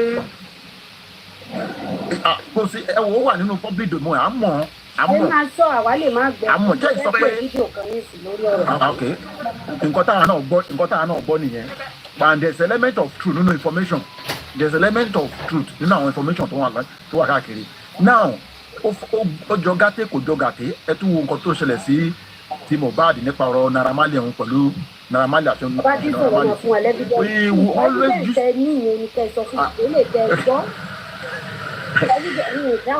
ṣe bí àmọ́ ok nípa ti Naira Marley ọkọ̀ ní ẹ̀ka fún ọkọ̀ ní Naira Marley àtọmọ ẹ̀ ọ́ ní ìṣù nípa tó ní ọmọ Naira Marley ń fọ̀ mọ́.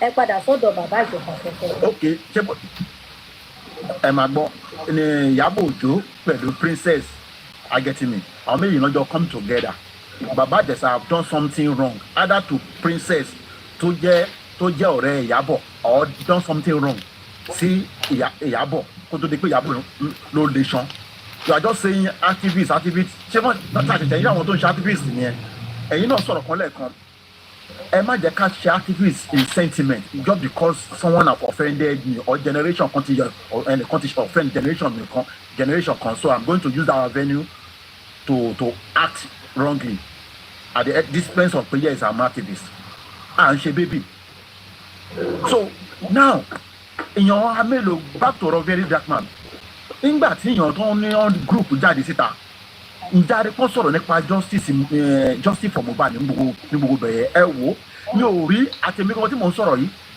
ta ló dìde tó mú àwọn pọ́ìntì kan jáde tó tẹ̀ sọ̀rọ̀ lórí ọ̀rọ̀ Mohbad yàtọ̀ sí ọmọ bọ̀bọ̀ very dark man yẹn dó òun náà ló kọ́ sọ̀rọ̀ nípa Naira Marley kò dẹ́sẹ̀ tó sọ pé Naira Marley àti Sam Larry pé wọ́n búlì náà pé tán ní ọmọ escape punishment there is a punishment for that for bullying but that does not mean pé àwọn ibi tí ọ̀rọ̀ wà ibi tí kèsì wà pé kọ́ máa pọ̀ pẹ̀pẹ̀ tán máa ti rí evidence pé Naira Marley or Sam Larry ló pa Mohbad kan gbé jáde but bully Larry even àti ẹ̀tí ìdíje Naira Marley Sam Larry Larry pé ó ń bully ló bully ẹ̀ tàrí fídíò ẹ̀ káàkiri ààrẹ evidence Naira Marley àdẹ̀mọ bí wọ Iyabo Ojo yìí bó ṣe gbé sórí pé yes this Naira Marley must go down ọ̀n ṣayé bẹ́ẹ̀ yẹn so nípa ti VDM yìí a wí àwọn gúrùpù yẹn ara àwọn nǹkan tó ń sọ nípa gúrùpù yẹn is there any way tó ń sọ̀rọ̀ nípa justice for Mohbad mọ nǹkan mi lẹ́ ń sọ tó bá mọ̀ pa gbára ò gbé àti àmì ìkọjà fẹ́tọ̀ ọmọnìyàn which is activist stay out èmi nísìnyí ó ń dùn mí gẹ́gẹ́ bẹ́ẹ̀ nìkan ṣe sọ báyìí náà lè sọ̀rọ̀ lẹ́ẹ̀kan nígbà tí kìnìyẹn ṣẹlẹ̀ sí Mohbad kò sẹ́ni tí ò sọ èmi ọkùnrin gangan mo rántí omi jábọ́ lójú mi mi ò tẹ̀ lè sùn mo tẹ̀ kò sẹ́ni tí ò sunkún omi jábọ́ lójú mi. ojú lóyún. So bó ṣe rí nìyẹn so a mọ bó ṣe ń lọ so a mọ ìkà tó ní kálukú ṣùgbọ́n mi ì fẹ́ kọ́ condemn very dark man yìí mo ò fẹ́ kọ́ condemn yìí that guy mi ń ṣe fáwọn yẹn kò mọ̀ mí rí kò follow mi ì follow ẹ̀ rí agẹ́dẹ́ mi ṣùgbọ́n mi ò tí ì rí lórí ọ̀rọ̀ Mohbad yìí o ó sì ń ṣiṣẹ́ dáadáa àárín nǹkan tó ń ṣe now tí ò bá rú ọ̀rọ̀ ẹ jáde tí ọ̀rọ̀ yóò jáde ṣé gbogbo wa ti gbàgbé nípa ẹ̀ ọmọdé ṣì wà nínú mọ́ọ̀gì tó ń tì sí now someone is telling me pé nǹkan sọ lẹ́ẹ̀kan nínú platform yìí pé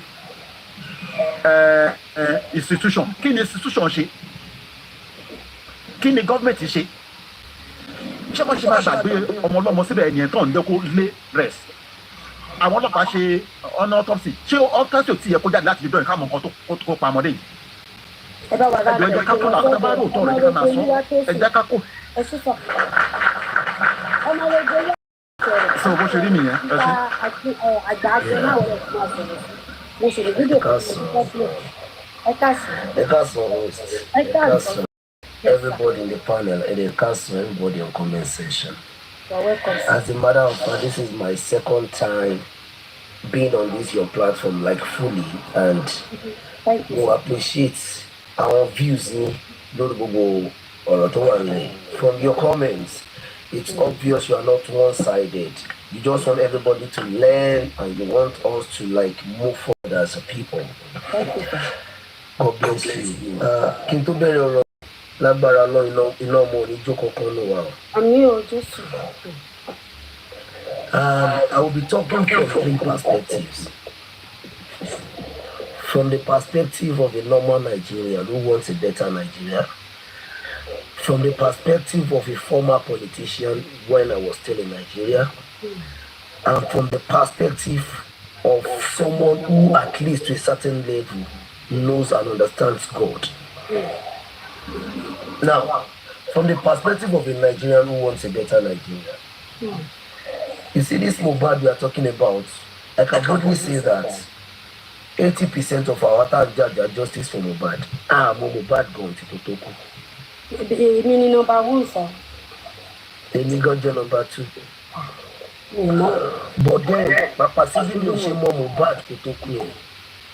When he died, I was then the chairman of Labour Party, Korodu local government. So I took it up upon myself to visit Baba Mohbad, Mr. Aloba, one-on-one. I went to his house. I went to his house with some of my escorts. When I got there, that was about 4 or 5 days after Mohbad died, after he's been buried. Nígbà tí gbogbo noise pé bàbá ẹ̀ òwúlò yẹn lọ yẹn tí bàbá ẹ̀ grant interviews rẹ̀. When I got to the house, I saw and understood some things which I will tag a family failure. Family failure. As a matter of fact, mi ò ní mince words tí n bá sọ wípé gbogbo àwọn tó padà wá jáde pé ìyá Mohbad sá lọ fún 10 years kò tọ́jú Mohbad kò ráyè tí Mohbad ṣe padà dé. It started from me. Èmi ni mo gbọ́ ọ̀rọ̀ yẹn lẹ́nu Mr. Aloba tí mo dẹ̀ pé Lérè Ọláyínká, the present Wike's PA, Minister of FCT. I called it because ìgbà yẹn wọn náà gbé sórí bí national flag tó ń bá wọn bú bàbá Mohbad. Mo have message on Facebook, mi ò ní number ẹ̀ lọ́wọ́ initially, but we are from the same state. So ó wá ṣẹ̀ṣẹ̀ send numbers ni mo wá pè mo wá sọ fún. So there was an issue of family failure lọ́rọ̀ ikú Mohbad. But that being said, there's an issue of personal failure lọ́rọ̀ ikú Mohbad. He was going through some things and he remained too silent for too long. That's another thing. But tabawa wa bó ṣe lọ bó ṣe bọ̀. Ṣẹ́rí nǹkan tí VDM ń ṣe presently. It's just so unfortunate that individual ló ń ṣe. Tó bá yẹ pé kí n ṣe pé an individual ló ń ṣe. These are things the police officers were meant to do. The investigation officers, àwọn nǹkan tó yẹ kán ṣe ní VDM ló bá wọn ṣe. When this young man died, there are some areas that you can focus on. Number one, they are supposed to track his movements back to about 6 months before his death, considering the kind of person he is in the public and considering the things he has said on videos that leaked. Mohbad fúnra rẹ̀ ó accuse Naira Marley. Mohbad fúnra rẹ̀ ó accuse Iyabo. Mohbad, through his music, accused his mother. And at the same time, Mohbad himself was in this London for a tour. Mohbad himself was in this London for a tour. Did the Nigerian police even bother to contact the Interpol to ask what happened? Because trip to London, the last major trip, Tony, kó tó dé Nàìjíríà lọ kókó. Kó tó lọ ṣe ìkan ní Kòròdú, kó tún ṣe investigation. He died in Nigeria 2 weeks after he left London. Did they even investigate backwards? Ta ló sọ pé trip to London lè máa yọ wọlé ara kan tó pa? Is it not possible? But instead of the Nigerian police focusing on what is right or what is right, I was in that system and I know what I'm saying. That's why I said I'll be talking from the perspective of a former politician. Tó bá ti ní change lọ́wọ́ tó ní collection méjì àbí mẹ́ta, ẹlẹ́bi máa di aláàrí ní Nàìjíríà. Ẹlẹ́bi. Ẹ má jẹ́ ìtàn iṣẹ́ rí gbogbo nǹkan tó wà lórí group chat, gbogbo bó ṣe ń cook up narratives, don't push it out. There are some Nigerian police officers that knew about it. As a matter of fact, I want to boldly tell you that there's somebody who knows about legal activities. Don't follow up, okay, and push it. He's on the group chat. Báwo ni individual ṣe ń mọ irú ẹjọ́ tí George fẹ́ dá ní next week? Orí platform mi yìí. Báwo ni Tonto Dike ṣe mọ̀ wípé ní next week George máa fún wọn ní bail? An information that is never supposed to be out until pronounced by the judge. Báwo ni Tonto Dike ṣe mọ̀ tó dẹ̀ jẹ́ pé bẹ́ẹ̀ ló ṣe padà wá rí? We Nigerians, we need to look beyond I hate VDM or I hate Iyabo Ojo. We need to look at the issues with these group chats and everything that is happening. It is pointing to the fact that Nigeria has a very, very long way to go. There are so many bad eggs, corrupt eggs in Nigerian legal and investigative system. The police system. What is called DSS plug? Is there supposed to be any DSS plug? The DSS, the police, the judiciary, everybody are supposed to be for the masses and not for an individual. Not to rub the backs of any individual. That is number one thing. So the police even failed us. But thank God for this VDM's digging. Truth be told, but digging at the end of the day, only magic anything. Only magic anything. At the end of the day, she be teba dig. She be told about welcome me for another investigation. You talk about welcome an investigation will come. That is the country we have. She understand? No matter how, the only thing we are just getting from this now is we've known who is who. We know where this person stands. We've known that, okay, this set of people grouped themselves to confuse us. And they succeeded in confusing us. That's the truth. Because to bad get one narrow down, like I every time man give you analysis the back in me. The first guy I met Mr. Aloba, I told him, I said, Baba, tell for justice for money, comment le mamukuru. Akoko, Emma mu ife owo kuro. Emma ro mi ya 13 jebonate. People will offer you money.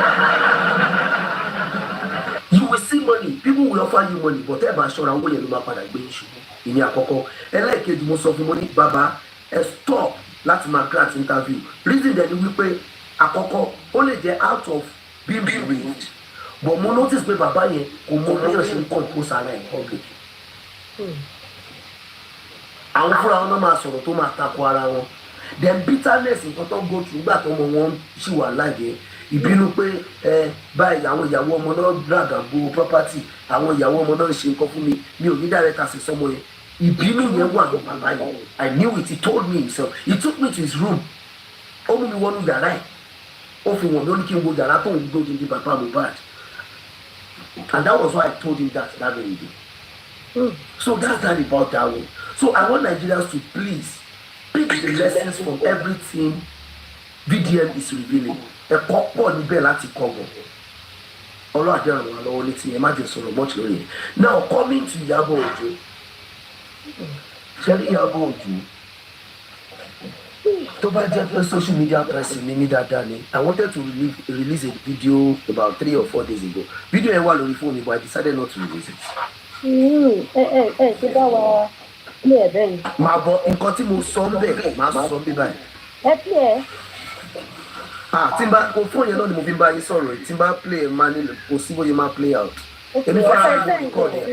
Èmi fún ara tí n bá ní nọ́mbà yẹn kà sẹ́ni èmi fún ara mi record ẹ̀. Ṣé kò lè send ẹ̀ sí inbox ni? I don't know your inbox. No, as in TikTok ni. As a matter of fact, mo lè fún ara mi post ẹ̀ gan after talking to you. Because èmi fún ara mi mo reveal èmi ní fún ara mi mo sọ̀rọ̀ nínú fídíò yẹn. What did I say there? I was talking about Iyabo Ojo personally. Sherry, Yorùbá ní tí bàtà bá ń ro pọlápọlá ó ṣetán àti ìyá tó tó bí òògùn iwájú ẹ̀yìn àgbàlagbà. Ẹ̀kọ́ òkè báyìí ẹ̀yin lè send you request ọmọ bàbá and you are shouting, it's not nice. Ẹ má bínú màá mi. Sherry, Iyabo Ojo ó ní láti lọ fi ara ẹ̀ balẹ̀ gan. Grandma mi máa kúwe kan wá lè wọ lánàá ìwọ lónìí bí ẹ̀kọ́ àpọ̀kọ̀jẹ̀. Lórí Ọmọbọ̀tí actress Ọmọbọ̀tí ṣe mọ̀ pé Iyabo Ojo bá yé ẹ̀jẹ̀ tán díẹ̀ lókè. Sọ̀nà kan nìyẹn go back to your cartoon. Ó bá yé Ọmọbọ̀tí jẹ́ tán díẹ̀ lókè. Same thing bàbá Àjèṣà. Ṣé mo pé títọ́ Ọmọbọ̀tí orí afẹ́dínú ló da wàhálà tọmọbọ̀tí dẹ̀ jáde tó lóun fẹ́ dínú nǹkan pàdé ẹ̀ pàtì ni tó dá jáde láàrin àti Iyabo. Bàbá Àjèṣà, I have a video on my Facebook. Mo lè play yẹn jáde fún mi, mo lè go on my Facebook and play it fún mi. Ọ̀rẹ́ Princess. Yeah, I'll go on my Facebook now. Ọ̀rẹ́ Princess. Ezekiel, so bring the tag for me. Go inside and bring the tag for me. Ọ̀rẹ́ Princess. Ó jáde. Ó ní kó ń bá Princess sọ̀rọ̀. Tó dẹ̀ jẹ́ pé títí di bá ṣe ń sọ̀rọ̀ yìí, Princess ò jáde kó sọ pé ìrọ́lẹ̀ rẹ̀ ò ní yẹn pa. So as far as I'm concerned till now, òótọ́ sì ni ọ̀rọ̀ tọ́rẹ̀ Princess sọ. Ṣé yẹn lẹ fẹ́ play? Ìyẹn máa play fún iṣẹ́ ẹ ti gbọ́ yàn mí. Ẹ ti gbọ́, ó yẹ yìí náà wá dúró bẹ́ẹ̀ yẹn. Our live community took our dream and turned it into now that you Ẹ mute. Èmi fẹ́ play nǹkan fún yín. Ẹ̀yin èèyàn mi. Èmi ò ní dúró sí. Ṣé dáadáa mo bá yín? Mo ṣe fídíò yìí torí ìyàwó. Àǹtí Lọlá Àlàó ló ń sọ̀rọ̀. Ojo. Iyabo is a very good person.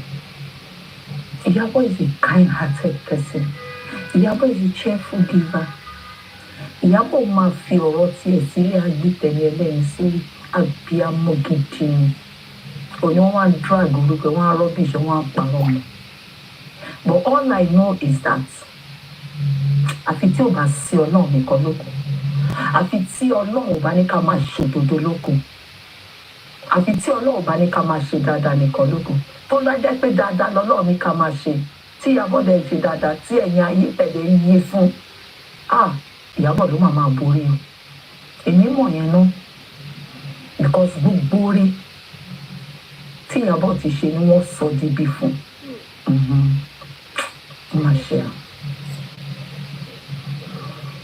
Iyabo wà á borí àwọn ọ̀tẹ̀ ìwọ ló máa borí torí inú onínú rere nìyẹn Iyabo máa ń dúró tìyàn ni mo rántí ọ̀rọ̀ nínú gbogbo ọ̀rọ̀ bàbá Ìjẹ̀ṣà ló ń dùn mí jù ó dùn mí nǹkan jẹ́jẹ́ ni Iyabo wà ní ẹ̀ lọ́jọ́ yẹn torí bàbá Ìjẹ̀ṣà ti pè mí tẹ́lẹ̀. He had called me before and told me that he was going to come to Canada. And I said, no problem. And you can know that nígbà ọ̀rọ̀ bàbá Ìjẹ̀ṣà, this woman came out and was talking. Àwọn máa lọ gba lọ́ọ̀yà kìíní kan, I still remember. Àwọn máa lọ gba lọ́ọ̀yà, àwọn máa ṣe kìíní kan, máa pe Iyabo kan lọ gba lọ́ọ̀yà, ó jáde nígbà tó ṣe fídíò ń gbà yẹn. So she's now narrating it. Then later I heard that he was arrested. And I said, I didn't know what to do. I called Iyabo. Iyabo was in our house. I called her and I told her that she should please try and help me, that they've arrested them. That somebody called me and said, Baba Ìjẹ̀ṣà has been arrested.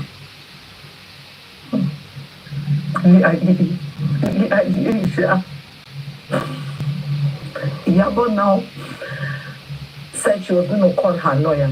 Lawyer. Please ask Baba Ìjẹ̀ṣà that while he was in this police cell, who sent a lawyer there to bail him? I did. Iyabo. Najoro lawyer lọ pé kó lọ bail Ìjẹ̀ṣà lọ́jọ́ yẹn lọ. Ẹ bèrè lọ́wọ́ Ìjẹ̀ṣà òkè. Ó wà láyé o, kò sí nǹkan tó ṣe, ó dẹ̀ máa bọ́ bí tó wà ní. Ẹ bèrè. Èmi àti Iyabo la rán lọ́ọ̀yà lọ. Ìgbà tí lọ́ọ̀yà dé, lọ́ọ̀yà wa sọ pé wọ́n lè bèèlè pé ó ní í ṣe pẹ̀lú rape. Púpọ̀ assault ọmọdé.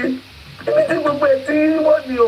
Iyabo dẹ̀ ni kò ń gbọ́rọ̀ ọmọ sọ́tì, kò ń gbọ́rọ̀ ọmọdé, kò ń gbọ́ pé wọ́n fi àjẹ́ ni. Bóyá ká ní mo ti mọ̀ lọ́jọ́ yìí, màmá ti pè sọ̀rọ̀ tí bàbá Ìjẹ̀ṣà. Mistake tí mo ṣe ni Ọlọ́run dẹ̀ rí inú mi pé orí la fẹ́ ṣe. Òun ni wọ́n ń lo against eléyìí kó tó wá di yọkùnyàn rẹ̀. Ibẹ̀ mo fẹ́ play. Ó yá, honorable. Ẹ ṣé gan ni màámi, thank you so much for that video. Sorry sir, honorable, honorable, 1 second. Mo fẹ́ bèèrè lọ́wọ́ ó sì. Mo kàn fẹ́ bèèrè lọ́wọ́ Dami. Mo fẹ́ bèèrè lọ́wọ́ Sister Dami. Ìgbà tẹ́ play, ẹ má bèèrè kankan lọ́wọ́ mi. Mo play ìkànnì. Jọ̀ọ́, 1 second. Nígbà tí àǹtí Lọlá Àlàó tó pe Iyabo kan lọ bẹ́ẹ̀lì, níbo ni sí ni Iyabo tó jáde tó sọ pé òun máa talé òun máa rán bàbá Ìjẹ̀ṣà lọ́yàn. Níbo ni sí yẹn ti jáde? Mr. Àgbà ẹ mute nítorí wípé I was not with them. Ẹ continue. So ẹ ṣé gan màámi for that video. Because nǹkan tí mo understand from that video ni pé ìgbà tó kọ́kọ́ ṣẹlẹ̀, Iyabo was feeling the empathy for Baba Ìjẹ̀ṣà. Ó gba lọ́ọ̀yà pẹ̀lú Lọlá Àlàó, wọ́n fẹ́ gba Baba Ìjẹ̀ṣà jáde. No, everybody knows, you can remember. Mo ṣe rí màmí mà.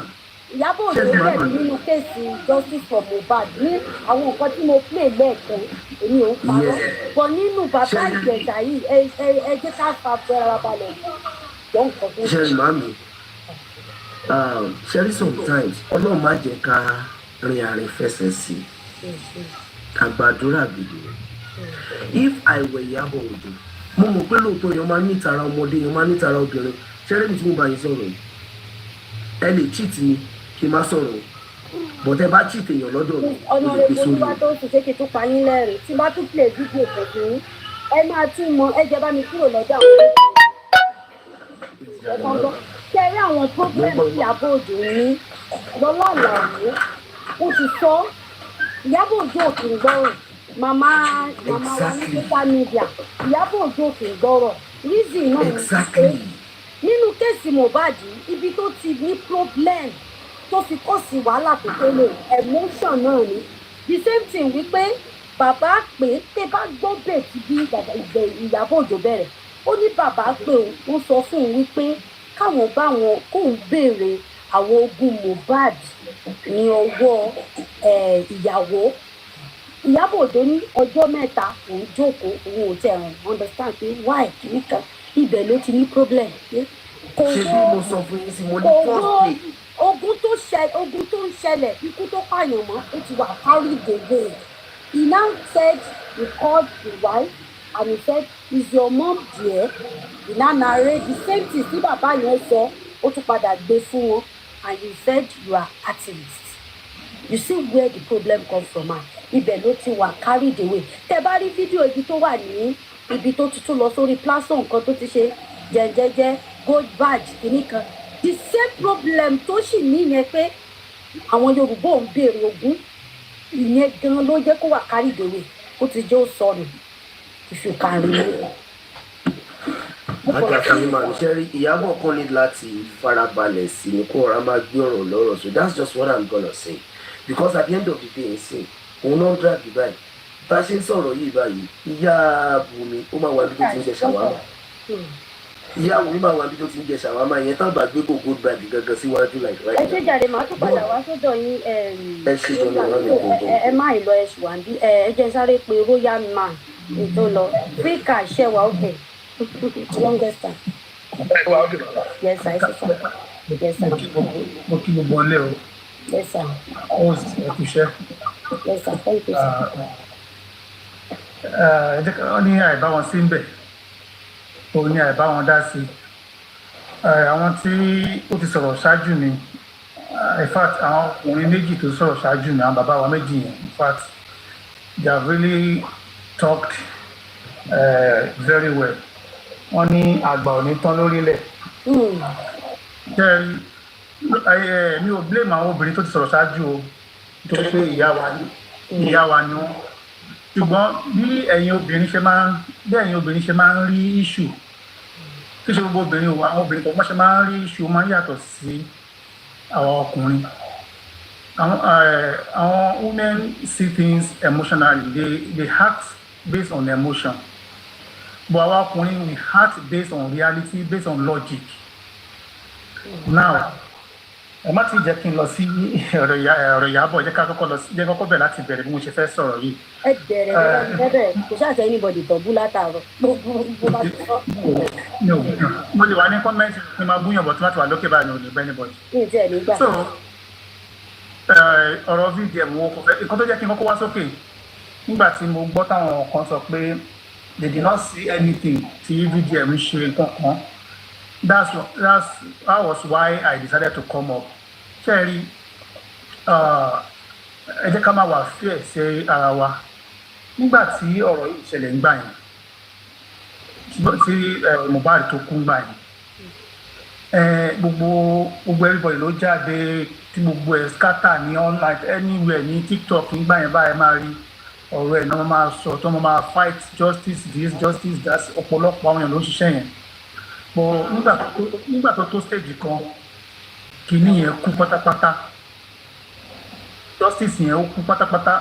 In fact, when you open TikTok you hardly see anybody talking about it anymore until tí VDM sọ pé now òun fẹ́ bẹ̀rẹ̀ kìíní yẹn padà. Pé kí n sọ reason tí justice fi kú pátápátá bí nígbà yẹn àwọn èèyàn lọ ń bẹ̀rẹ̀ sí í sọ nǹkan tó ní evidence wọ́n bẹ̀rẹ̀ sí lọ́ọ́ fi petition gbéra wọn wàhálà ń ṣẹlẹ̀ lórí TikTok lábẹ́lẹ̀ ẹ̀yin ọmọ mi wọ́n wá ń fi petition gbéra wọn nígbà yẹn tún yá àwọn group by group àwa ti ń lágbájá ti ń tàmẹ̀dù wọ́n máa lọ bára wọn lórí péèjì wọn ni ó dárúkọ kìíní kan wọ́n tún jà bẹ́ẹ̀ wọ́n ṣe pé fúnra wọn wọ́n ṣe àárọ̀ làwọn ti gbé picture ara wọn síta so that is what happened and nǹkan tó jẹ́ kí gbogbo ẹ lọlẹ̀ díẹ̀ nìyí. Oyè mi ò blame wọn o mi ò blame wọn pé ó lọlẹ̀ nítorí pé VDM náà sọ kinní kan VDM sọ wípé nígbà yẹn náà nǹkan tó jẹ́ kóun stop díẹ̀ tóun náà rí last díẹ̀ ni wípé òun sì kéré nígbà yẹn òun platform òun sì kéré and secondly kò sí bẹ́ẹ̀ sí ẹ mọ̀ pé ẹ tó bá ní bigger platform nílùú tá a wà yìí ó lẹ́nu gan òun wá rí pé sí òun ti wà more bigger. Mo ti sọ náà lánàá mo sọ ẹṣin mo ti sọ lánàá wípé òun gan bó ṣe wà yìí Mohbad gan fún ní fame nítorí wípé nígbà tí ó bẹ̀rẹ̀ tó sọ wípé sí this yẹ̀yẹ́ British kìíní kan dòsì tó sọ nígbà yẹn ni Ìyábọ̀ Òjó ni mo máa fún ẹ ní fèmí and ó fún so Mohbad ti ṣoore fún òun náà so tó bá wù kó dúró sípò dáadáa tó bá wù ẹni tí Mohbad máa lù ú jù ló pọ̀ jù nínú ìjọba. ẹ jẹ́ kí n correct kíní kan láàrin nǹkan tẹ́ sọ yẹn lóòótọ́ nǹkan tẹ́ sọ tó tọ́ ni o but kò sí ẹni kankan tó ń fúnyàn ní fíìmù number one Ọlọ́run ló ń fúnyàn fíìmù lẹ́yìn Ọlọ́run ẹni yẹn gbogbo fúnra ẹ̀ ṣẹ́ni the first day tí mo ti wo fídíò VDM the first day nígbà tí ọ̀rọ̀ yìí kọ́kọ́ ṣẹlẹ̀ ní 2023 but first day tí mo wo fídíò bọ̀bọ̀ yẹn wọ́n pé bọ̀bọ̀ ìwà intelligent nǹkan tí mo kọ́kọ́ sọ nìyẹn pé this guy is so intelligent tẹ́ bá gbogbo nǹkan tó ń pèsè ìgbà yẹn òun nìkan ló kọ́kọ́ bẹ̀rẹ̀ sí ní think outside the box. Sista Yinka. nígbà tí gbogbo èèyàn ń pariwo Naira Marley Sam Larry gbà yẹn òun ni mo kọ́kọ́ sọ pé ẹ dúró o àwọn tó wà pẹ̀lú bọ̀bọ̀ yìí in the last 24 hours where are they òun ló kọ́kọ́ béèrè question yẹn ìyẹn fún yẹn so ibi tí mo ń lọ gangan ni wípé this guy brought this case back and allow the line ó mú WhatsApp group yìí ó jẹ́ ó gbé síta àwọn kan sọ wípé àwọn ò rí kankan pẹ̀lú WhatsApp group yẹn wow ṣẹ́ẹ̀rí tẹ́bá ẹ lọ wò dáadáa gbogbo àwọn ìwọ̀nba tó ti gbé jáde yìí mo ti rí àwọn ó jẹ́ ká mọ̀ wípé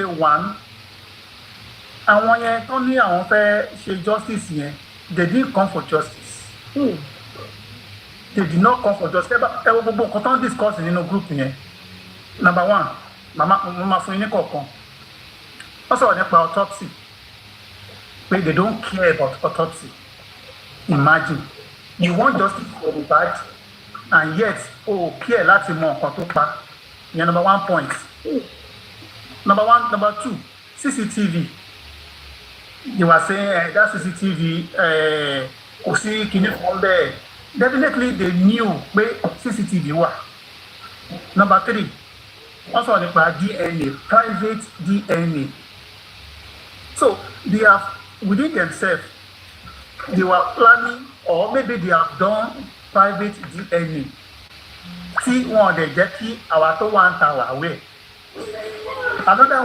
another one nínú the same group yẹn VDM fight for justice. Mr. Roya ẹgbẹ́ má bínú mo fẹ́ ṣe nǹkan tẹ̀lé èèyàn kan sọ wípé gbogbo nǹkan tẹ̀ ń sọ ìfún mi kì í sọ ó yá Patrick tell us so that we can listen to what you say. no ẹ lè stop ẹ jẹ́ kí n parí nǹkan tí mo sọ tán. no mo mọ̀ nǹkan tí mo ń sè ìwúkọ̀ talk is ma.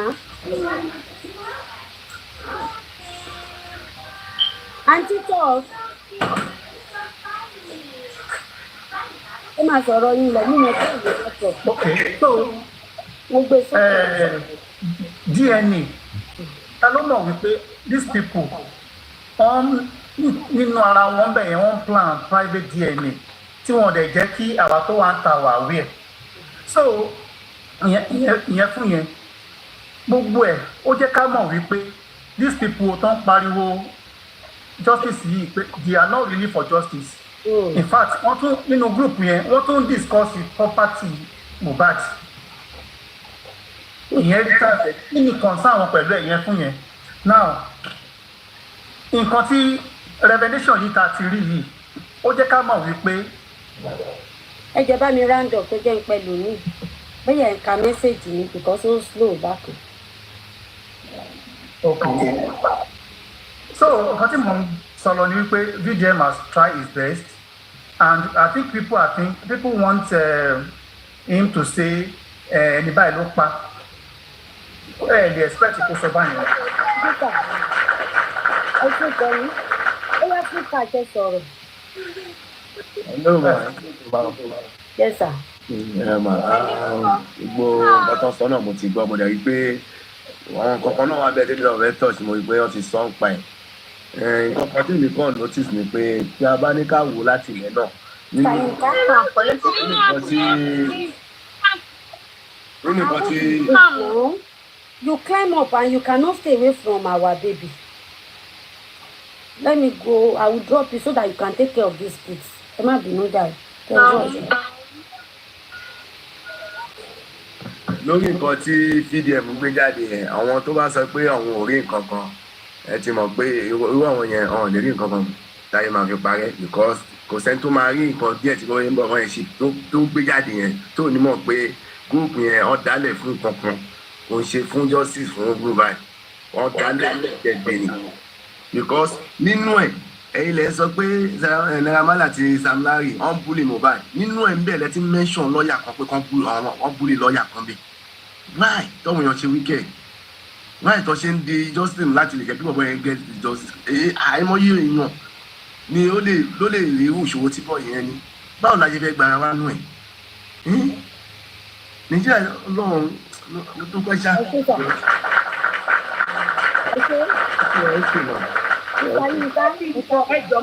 ẹjọ ẹ má bínú ẹ jẹ́ kéèyàn tí ó ṣẹ̀ṣẹ̀ dé kó sọ̀rọ̀ ẹ máa sọ̀rọ̀ ẹ mọ̀ pé mo ti pín nǹkan. Little tí mo mọ̀ nípa ti tọ̀rọ̀ Mohbad even though tí mo ti ń follow it through and through I was one of maybe sponsor Baba Mohbad at some point when they were raising money for him. Thank you. It's really disappointing that Baba Mohbad, even though he wanted justice, want to finger away Baba Mohbad. I don't think the guy knows what he's doing. He's fighting for. He wants to fight. Come up now. He wants to fight for justice, but he's going to the wrong people. He's doing bullfight. Any angle in automatically accept any Baba Yengba, and he's making him look like he just wanted money out of this. That is one side. Gbogbo ọ̀rọ̀ story Baba ọ̀rọ̀ Mohbad is in so many folds. VDM told Dasi ọ̀rọ̀ yìí. VDM brought a lot of truth out. Everybody tó wà present when Mohbad died should be held accountable. Kí ni nǹkan tó ṣẹlẹ̀? Gbogbo story tó ṣẹlẹ̀ oníkálukú kan sọ èyí tó jẹ́ wọ́n sọ bits and bits. We are not able to pieces anything together. Wunmi is not talking. She is the wife is not talking. Okay, the wife is not talking. Wunmi, this is a public kilorukwe. No, I know the reason why. Oh, okay. It's because of my own family. Page. Okay. Because it's a public kini, and they wanted public opinion. Public lonja up to where why. He's just as involved as spending everybody that is present, lower accountable. So all they want to know is not ordinary who pay Mohbad. What I want Sam Larry àti Naira Marley, they're all just a piece of shit. Because they might not kill the guy directly, but the fact that what led to his death, they bullied the guy. We all saw it in the video. Nobody should now deny. Even Naira Marley coming out and spewing so many jargons about Iyabo. He should cover his face in shame, because that does not exempt him for what they might not have caught him for murder, but it doesn't exempt the fact that he bullied this guy. His group bullied this guy. This guy said it in his song. He wrote it in his song. We saw police reports. So the Torikwawa exempted from murder. That does not negate the fact that he did what he did to that boy. He could do it. He could have done it to anybody else. And I'm sure some people in his group could attest to it, but obviously they've all been gagged. Nobody could say anything in his group. So you should just go to one place and sit down and keep his face hidden somewhere else, because if he's not careful, Baba Mohbad said the rest of just be Baba Mohbad, Baba Naira Marley, mo ti bínú darí ẹjẹ sáré tó. Gbogbo wọn sọ̀rọ̀ wọn sọ fún yín drug òkun nílé náírà kò tán tó mu drug o lẹ́yìn Mohbad. Igbó ni gbogbo wọn mu. Òun yìí nìkan ló gbogbo wọn pèntì ẹ̀bẹ̀ ni pé séǹtì ni. Mohbad ń jáde ń jà tó ń jà fúnra rẹ̀ ó lọ ń jà ìta ló wọlé náà. Kàmá sọ̀rọ̀ ẹni tó ti kú torí Muslim lòun. Ọ̀rọ̀ yìí ló fi mí nílé ìwòsàn. Ó bọ́ta Baba Naira Marley ló bọ́ta. N tó sọ nípa Mohbad nìyẹn. Mo ní kẹ́kí gbọ́ nìyẹn. òun náà ṣùgbọ́n ọmọ ẹ̀ lórí àwọn tó mú gbó is telling the fact gbogbo nǹkan tó ń sọ yẹn kò parọ́ otherwise why did the NDLA why did they come for Mohbad 2 years ago 3 years ago àbí nǹkan kí ló gbé tó sá kúrò London ṣùgbọ́n ọ̀rọ̀ gbó yìí ni ọ̀rọ̀ gbó sìgá criminal act yìí náà ni so he should cover his shame nítorí pé wọ́n exempt ẹ̀ nínú àwọn tó pa Mohbad does not negate the fact that he bullied the boy to death àbí kò yẹ kí ló dé tí ìyá Mohbad ṣe mọ̀ pé before kí Mohbad tó kú ìyá Mohbad ló ń bẹ̀ kí ló dé tí ìyá Mohbad ṣe ló ń bẹ̀ ńgbà yẹn ṣebí nítorí pé something happened something it was a trigger wọ́n sun ọmọdé ìkógiri ni kọ́lọ̀ Jimmy even if nothing had tied Mohbad the boy would have probably killed himself because he was asking for help he was shouting for help but nobody understood him he was trying to carry on with his life nobody still gets him because he was with the wrong group he was with the wrong crowd he mixed with the wrong crowd he's not innocent because òun ló torí ẹ̀ bọ òun ló forí jágbó kiri tó fi dé àárín wọn. And as for VDM brought a lot of things to light when it came out. But the way the story was she want launching, but when go all pear-shaped because it looks like he wants to make amends. I don't even know Eto call Iyabo in all of this. Because that woman came in trying to seek for justice and the way they're making us sound is like Cherry, ó ti di busy ráyè ìdọ́gbọ̀n wá lórí classroom yìí ẹ̀bá tí mo ń tó kan Ìyábọ̀ Òjó ẹ mọ̀ pé mi ò kúkú ní tó sẹ́yìn kankan ṣùgbọ́n mo sì máa play video ẹ mọ̀ tó kan Ìyábọ̀ Òjó ẹ ní sùúrù ẹgbẹ́ mi ìtìní ẹ ṣe play video ẹ lè tó kù ó yá Mr. Fẹ́mi àǹtí mi ní sùúrù Mr. Fẹ́mi ní wípé àwọn fẹ́ fún wa ní important thing ó yá ẹsẹ̀ important thing. ẹ jẹ́ kí àtàmì náà sọ̀rọ̀ náà mo fẹ́ park mo fẹ́ park drive ọkọ̀ mo fẹ́ park so màá lè ráyè sọ̀rọ̀. Mr. ọtúbẹ̀ sí ìdájọ́ ìpè mo ti lè kọ́kọ́ ó yá ẹ park ó yá àtàmì rẹ sọ̀rọ̀. Ọ̀túnba ẹ ṣe. So, mi ò really need much láti sọ. You see, concerning Mohbad's death, kí n sọ pé ó kàn kó everybody sí wàhálà ni. Let me say that. Ẹ mú sọ bẹ́ẹ̀ yẹn mọ́. Oh, you know why I said no, not Mohbad o. I said his death. Okay. No, mi sọ pé Mohbad fúnra rẹ̀. I'm talking about his death. Kíkó kàn kó àwọn oríṣiríṣi àwọn èèyàn sí wàhálà. First of all, nípa ti Naira Marley and Sam Larry. Bá sọ pé àwọn kan náà pa I'll say something nǹkan tí ó pa ó fara pẹ́ nǹkan tí wọ́n ṣe fún ìgbà tó wà láyé Naira ló sọ wípé gbogbo ìgbà tí Sam Larry tó fi ń búlì Mohbad ohun ọmọ kankan pa ẹ̀ it's not possible gbogbo ibi tó ti lọ sí ìlú Mali tó ti nà lọ́jọ́ yẹn náà kò mọ anything pa ẹ̀ báwo ni èmi ṣe máa jẹ́ ọ̀gá nínú ilé kan wọ́n dẹ̀ máa na èèyàn tó wà ní under record label mi tó fẹ́ kúrò ńbẹ̀ àdé ni mi ò mọ kankan pa is that possible? Tó bá sọ pé Mohbad wípé auxiliary nurse ló wá sí ìtẹ̀lé wípé auxiliary nurse ló wá sí ìtẹ̀lé tó bá jẹ́ pé wọn make life ẹ̀ miserable kí wọn jẹ́ kó máa live in fear ṣé Mohbad máa ní pé òun lọ sọ sí ìtẹ̀lé.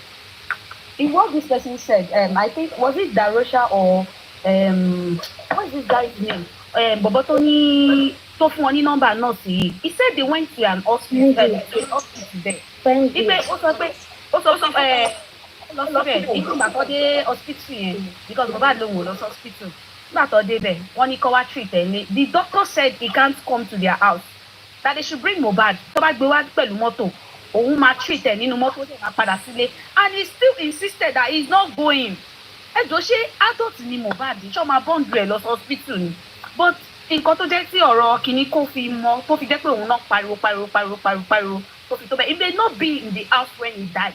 But tó bá jẹ́ pé wọ́n make life miserable tó jẹ́ kó máa live in fear I'm very sure that he will go to the hospital. Wọ́n ti ní ẹni tó bá kú àdúrà ní kàgbà kan. Ẹni sọ̀rọ̀ ẹ bá mi ní ìtẹ̀ ẹ dákun tẹ́mi ò gbọ́ àwọn nǹkan wà ní tẹ̀mí fẹ́ bẹ̀ ẹ wò ẹ̀mí ìtẹ̀. àǹtí Yínká sí àrán látijọ́ so àtàwọn nǹkan tó ṣẹ̀ṣẹ̀ dé ẹ jọ ẹ ṣáà mọ voice godmother. bẹ́ẹ̀ jala bẹ́ẹ̀ jala ya ló bọ́ lọ́wọ́ ọ̀fàm. ó ti parí ó ti tán kò sọ̀rọ̀ tí wọ́n sọ lóde mọ́ṣúárì.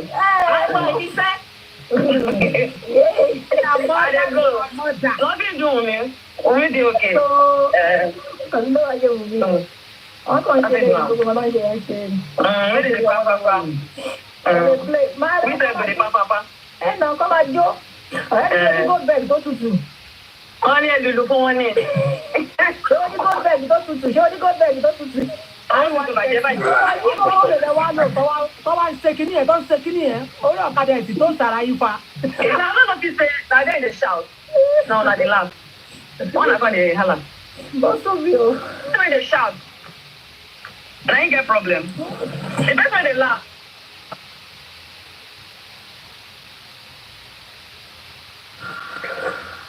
Wow, that's a very serious one. What I pay normally call also. Everybody just go sleep. Life just dey simple.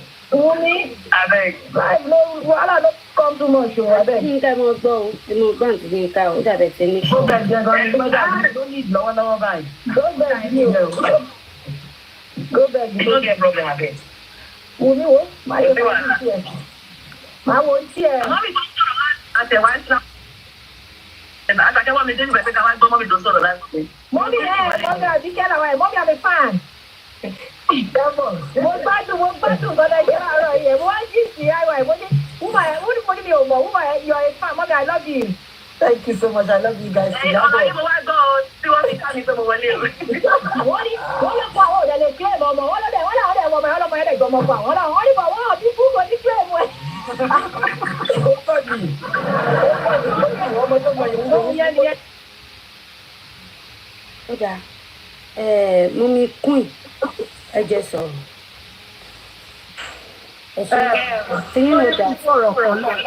Honorable ni we hope tí very dark man ń ṣe kó ṣe dùnkù mo kàn ọ̀rọ̀ yẹn jẹ́ kí rántí ìgbà tán gbé àwọn bọ̀dá wa síta lọ́jọ́ sí bá a ṣe sáré tẹ̀lé rẹ̀ níbo náà padà parí ẹ̀sìn so very dark man jọ nítorí ọlọ́run torí wípé tó bá tiẹ̀ wá padà jẹ́ apadà mọ n tó ṣe Mohbad irú àwọn tó padà wá ń gbé fún wa tá a mọ who is who Honorable ṣe sọ how are we going to know?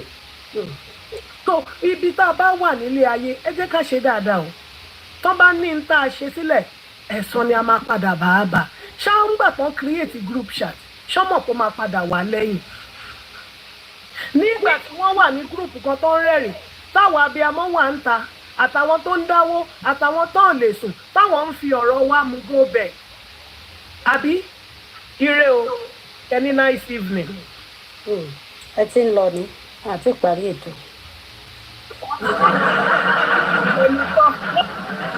bó lẹ wá ń lọ ẹjọ́ ń jẹ sáré gbọ́ nǹkan tẹ́yọ̀ kan sẹ́yìn sí ni kí wọ́n sì ń jà lọ. ẹjọ́ ẹ má bínú èèyàn kan sẹ́yìn sí. A colleague in the industry, story blogger in this Nobad, my fellow blogger.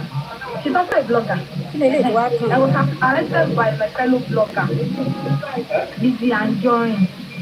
So she went. I went to a more social that only participate in this time. Unknowingly to me, you know, but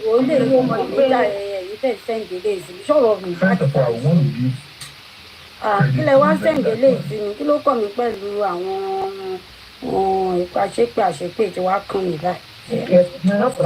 ìbọn ló mọ tó lọ jẹ nílé tó bá jẹ ẹwẹ má gbà mí pa ọ̀fun.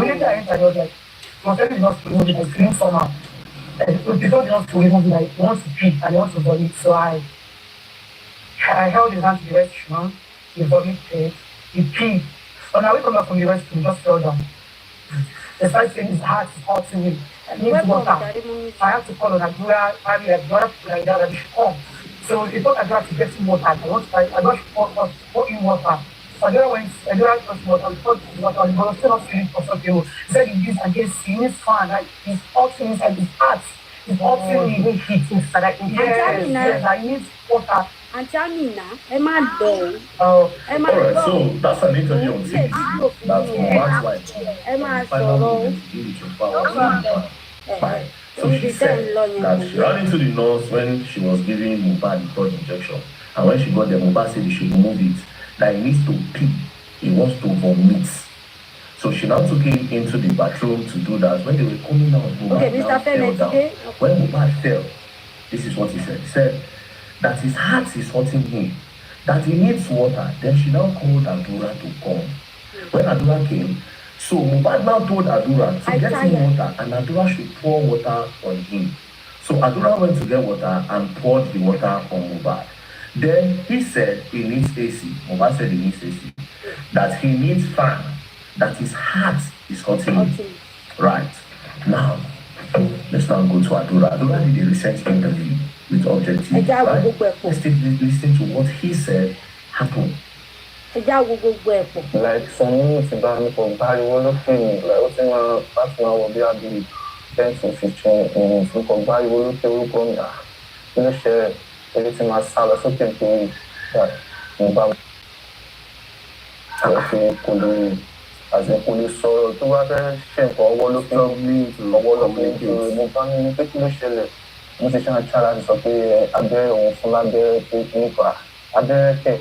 Satisfied for ball or drink, so what's on no so for board, on no is for police sorrow, the English, taking one trouble, police sorrow. Now, say Adura's own version. Adura said, after 15 minutes with the nurse, he heard a noise from upstairs. When he heard the noise from upstairs, he ran upstairs and then he met Mohbad on the floor, and Mohbad could not talk. If he wanted to say anything, he would point with his hands. Then he now asked the nurse, and what happened? The nurse said it was because of the injection. Now, Adura said he met Mohbad. Mohbad could not talk. He was using his hand to point it because he could not talk. Meanwhile, Mohbad's wife is saying that Mohbad was saying his heart is hurting. They now called Adura. Mohbad now told Adura to go and bring water and pour on him. Mohbad kept on saying his heart is hurting him. Mohbad now said he wanted AC. Mohbad now said he needed fan, that his heart is hurting him. Which one is the truth? And I'm so afraid that the final moment of this boy. Which one is the truth? Did he speak or did he not speak? Because the wife is saying that. And that Mohbad kept on saying, Adura, pour me water. Adura went to bring water and pour him. He told Adura he needs fan immediately. Meanwhile, Adura said Mohbad could not talk. And then it was only the nurse that he met. According to him, he asked the nurse. He didn't highlight that Mohbad's wife was there. Mohbad's wife said, but Mohbad's wife is saying that she was there. And I don't even know what the police do for this case, to be very honest. I don't even know what police do. I swear to God, I don't know what the police do. But again, they say the particular policeman don't buy. Who knows what happened to them? They say don't buy. So I don't know what the police say they investigate for this matter. Because if the two people when they deal with this boy in the final moments, their story they contradict, then there's a truth somewhere. Now, that fall where they don't say it fall, I didn't think now. It peed. When I wake up from the rest, we just fell down. You know what I think outside of the ball? Because of discipline. When they interview Mama Mohbad, Zoom for that interview where she go for TDC, and tell Mohbad bye. Why this grief for the staircase break? Could it be that fall? Because when Mohbad talk about the fall, the thing, could it be that the fall they bigger than waiting them that they explain? And again, that blood for duvet. When they say they see, when Mama Mohbad say they see, where Mama Mohbad's sister also talks say she see blood for Mohbad. Now, if you go further in the interview with Mohbad's brother, he said that Mohbad was initially inside Wunmi room. They go carry Mohbad for Wunmi room. They don't give her treatment. They carry go Mohbad room. Now, Mohbad auntie says she see blood for singlet for Mohbad room. Then later again, Adura come talk say After everything, they call return am back to my wife room. But again, if the last 2 people wey know what's up, because every other person who don interview, at some point they left the house. Do you understand? So it is between the nurse, her, and this guy. And of course, with the way this thing dey go, na only the nurse na him know the family. But again, why is their story contradicting? Make I ask my business. Mr. Femi, ẹ sọ̀rọ̀. Mr. Femi. Yeah, Kale. Yeah, ṣé ń gbọ́ mi báyìí?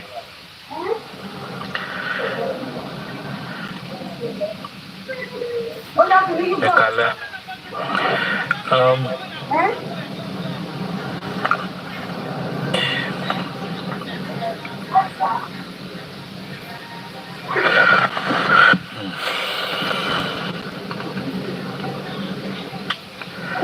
Kí ló ṣẹlẹ̀? Ẹ bá mọ̀ pé lọ́rọ̀ sọ tẹ́jọ́ kọ́ pẹ̀lú ìlú. Ṣé ń gbọ́ mi báyìí? Ẹ máa sọ̀rọ̀ yín. Ọ̀dẹ̀ wá dá ọ. Ok, nǹkan tẹ́mi fẹ́ sọ kí wọ́n wo ọ̀rọ̀ yẹn láti ìbẹ̀rẹ̀.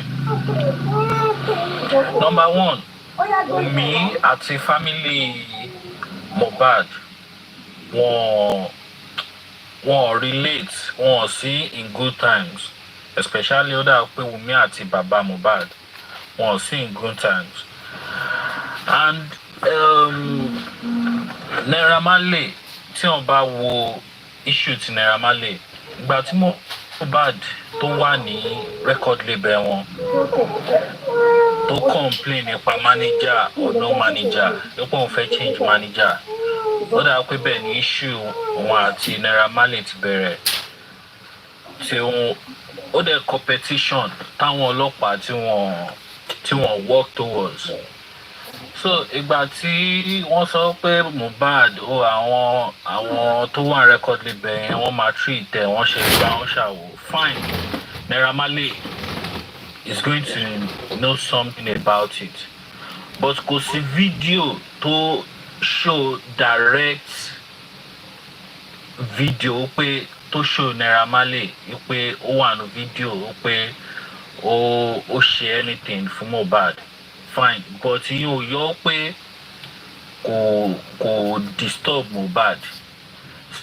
Ṣé nǹkan tẹ́lẹ̀ fẹ́ wá sọ lókè nígbà láàrin náà fídíò tá a rí wọ́n ẹni sọ̀rọ̀ èmi mú láti ìbẹ̀rẹ̀ pẹ̀lú àwọn nǹkan tí téèyàn rí. Ẹgbẹ́ tí kò tí mo sọ. So fine. Ẹni sùúrù téèyàn bá tẹ̀fẹ̀ wá hard nǹkan is another thing. But it's also be wípé you have some evidence that you want to draw. But when you now start, it's somehow. The thing is, VDM. Tell me, because you know, VDM ló to bring up our cases yìí. And reason tí èmi dẹ̀ ṣe wò ó pé ó tún ṣe ń ṣe bẹ́ẹ̀ ni pé òun àti woman yìí kí lórúkọ ẹ̀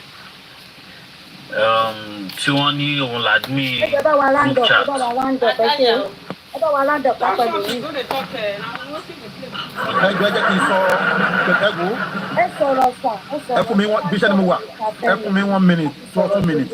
Ẹ sà, bàbá máa kòwé kan. Wọ́n ní ẹjọ́, wọ́n ní pátápátá là ń fọ́jú, kùmọ̀kùmọ̀ là ń dẹ́tẹ̀, ojú àfọ̀fọ̀ tán. Ìjà ló ń dẹ́rẹ̀ láàrin ìṣẹ́jú kan. Màá fi ọ̀rọ̀ yìí gbéléyà sí ẹyin tó ń sè. Ó dàbí pé ìpele 3 sí 4 lẹ́yìn. Àkọ́kọ́ nú ẹ̀ yolk yẹ́lò yẹ, ìkejì funfun, ìkẹta funfun kan tó wà lẹ́yìn yẹn, ìkẹrin yẹn ni the final shell. Now àkọ́kọ́ ẹyin yẹn ni pé ṣẹ́rí pẹ̀lú nǹkan tẹ listen voice note tí mo ti ń gbọ́ dáadáa, mo tún wá gbọ́ dáadáa nísìnyí pẹ̀lú voice note tí VDM ṣe yìí, nǹkan tó bá ṣẹlẹ̀ ní kó ṣẹlẹ̀. Màá kọ́kọ́ mú àwọn tó kọ́kọ́ tí mo lè gbẹnu sọ pé ikú Mohbad kò ṣẹ̀yìn wọn. Number 1, àmú nurse, àmú Adura, àmú ìyàwó ẹ̀, ìyẹn first layer nínú yóò kẹ́yìn àwọn ẹ̀yẹn.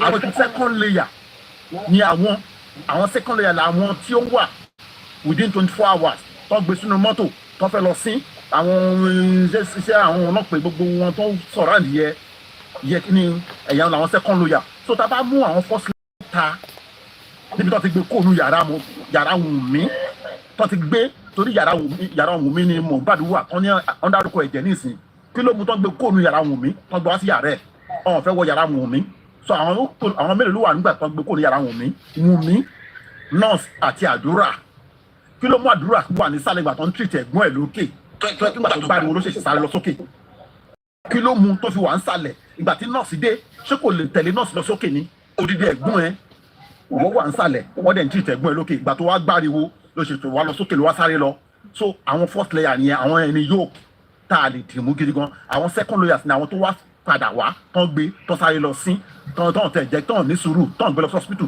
tán gbé lọ tán gbé bọ̀ tán ní kìnìkan wọ́n ní ọkọ̀run ẹ̀ o ẹ̀jẹ̀ jáde o àwọn ẹni second layers àwọn yẹn lè tó bí 10 first layer làwọn mẹ́ta second layer làwọn bí wọ́n lè tó 10 or 15 then àwọn third layer nǹkan tó fẹ́ ṣẹlẹ̀ ní kò ṣẹlẹ̀ òun làwọn Sam Larry àwọn Iyabo Ojo ẹjọ́ kan mú mi o mo kí ẹ̀kan nìyẹn máa kú àwọn ẹ wo VDM ló gbé gbogbo kìnìún jáde àwọn kan lè máa sọ pé nọ́ọ̀sẹ̀sì ló ń sọ nọ́ọ̀sẹ̀sì wo ló ń sọ wọn ọ̀rọ̀ òótọ́ ọ̀rọ̀ mbẹ̀ ọ̀rọ̀ BDM technicality ẹ̀jẹ̀ wọ́n sọ̀rọ̀ fún yín nísìnyí ọ̀rọ̀ BDM technicality lọ̀rọ̀ ẹ̀ technicality ní so technicality yẹn ló gbé jáde nísìnyí tí ọ̀pọ̀lọpọ̀ ẹni tó bá lọ́pọlọ tó lọ́gbọ́n kò lè gẹ̀ẹ́tì àwọn pọ́ìntì yẹn nínú àwọn fídíò tó àwọn voice note nísìnyí mo ti sọ fún yín àwọn first layer second layer third layer. ẹjọ́ sàmúlò plasma mi yìí ó máa ń fọ́ ni ẹ máa gbọ́ ṣé ẹ mọ̀ wípé ẹni ní ìdùnnà àbúrò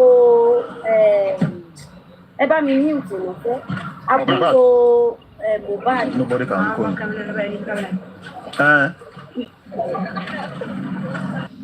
Wàhálà àbúrò Mohbad ti kọ nǹkan kan sí orí Instablog. If VDM does not tell the public what crime Ẹ̀gbọ́n as he has put them in suspense, he will have to tell a court someday. Mohbad brother Adura.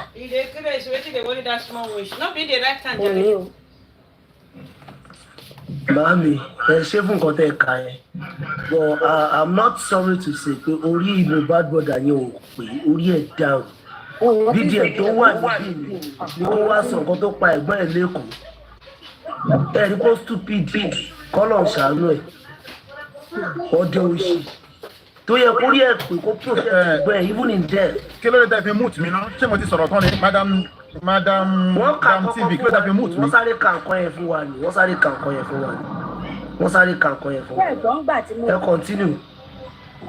Mo ka nǹkan mo ní wípé ẹ̀gbọ́n nǹkan tí wọ́n sáré jù sí mi wípé àbúrò Mohbad ẹ round up ní sáfún tí wọ́n bá fẹ́ sọ̀rọ̀ ẹ̀ nígbà ogbó fún ẹ máa tún sọ̀rọ̀ ẹ̀ lómi àtúntò ẹ̀ so mo ka kíní yẹn wípé pẹ́yà tó fẹ́ ní nǹkan tó fẹ́ hàdì sí mo fẹ́ lọ sọ́dọ̀ Madam Zoo so nǹkan tó ń ṣẹlẹ̀ nìyẹn so that is what happened. If you want to finish ẹ sáré sọ nǹkan tó fẹ́ sọ mo try láti ka kíní yẹn bọ́n ṣe send ẹ̀ sí mi pé ẹ sáré wò mo dẹ̀ sọ fún mo lè jọ ẹ mute ṣe fẹ́ sọ̀rọ̀ Mr. Agbakin àbí ẹ sọ̀rọ̀ mọ́ ó yá àǹtí àmì yẹn pa. ẹ wo Madam Dami ṣe rí ní sùúrù mi ò lè sọ bẹ́ẹ̀ mo ti kọjá 50 years àánà tún súnmọ́ 60 àdètí láwọn ọmọ tó ti ń lọ sí 20 something years jẹ́rí mo láìkí bẹ́ẹ̀ ti gbé program sílẹ̀ la follow ìsọ̀rọ̀ ní gbèsè ẹ ní bẹ́ẹ̀ ti máa bá wa sọ̀rọ̀ mi ì gbọ́ ni. àǹtí àmì náà yẹ sọ̀rọ̀ yín jà. I want to ask a question. Why is the nurse not like kí ló dé tí wọn because nurse yẹn ó ní questions oríṣiríṣi láti answer. She has a lot of questions. Why tó jẹ́ pé àtẹ gbọ́ anything nípa nurse yẹn látọjọ́ ìmọ̀ yàtọ̀ sí àwọn ìtọ́ ti ṣe ní inquest àti the other things tó ti ṣe. Because àti àjẹ́ wà lára àwọn tó wọ́n rí Mohbad lánàá ó dẹ̀ wà lára àwọn tó jẹ́ pé ó yẹ kó lè tọ̀ mọ́lẹ̀ sí gbogbo kéèsì yìí. èmi náà mọ kọ́lọ̀ ń ṣàánú wa o ẹ ṣe jàre àjámì náà. wọ́n lè sọ̀rọ̀ ẹni ká má yẹ aganu sí báyìí. nǹkan tí wọ́n tún sẹ́ẹ̀dì síbi tí mo ní kọ́ ṣe ni. tí mo fẹ́ sọ ni pé ṣe rí àdúrà ẹ̀jẹ̀ máa ṣe títí ẹ̀ lọ wọ́n push very dark man kán bẹ̀rẹ̀ sí ni máa tọwọ́ bọ̀ lẹ́nu á gbé wa débi tá à ń lọ the end.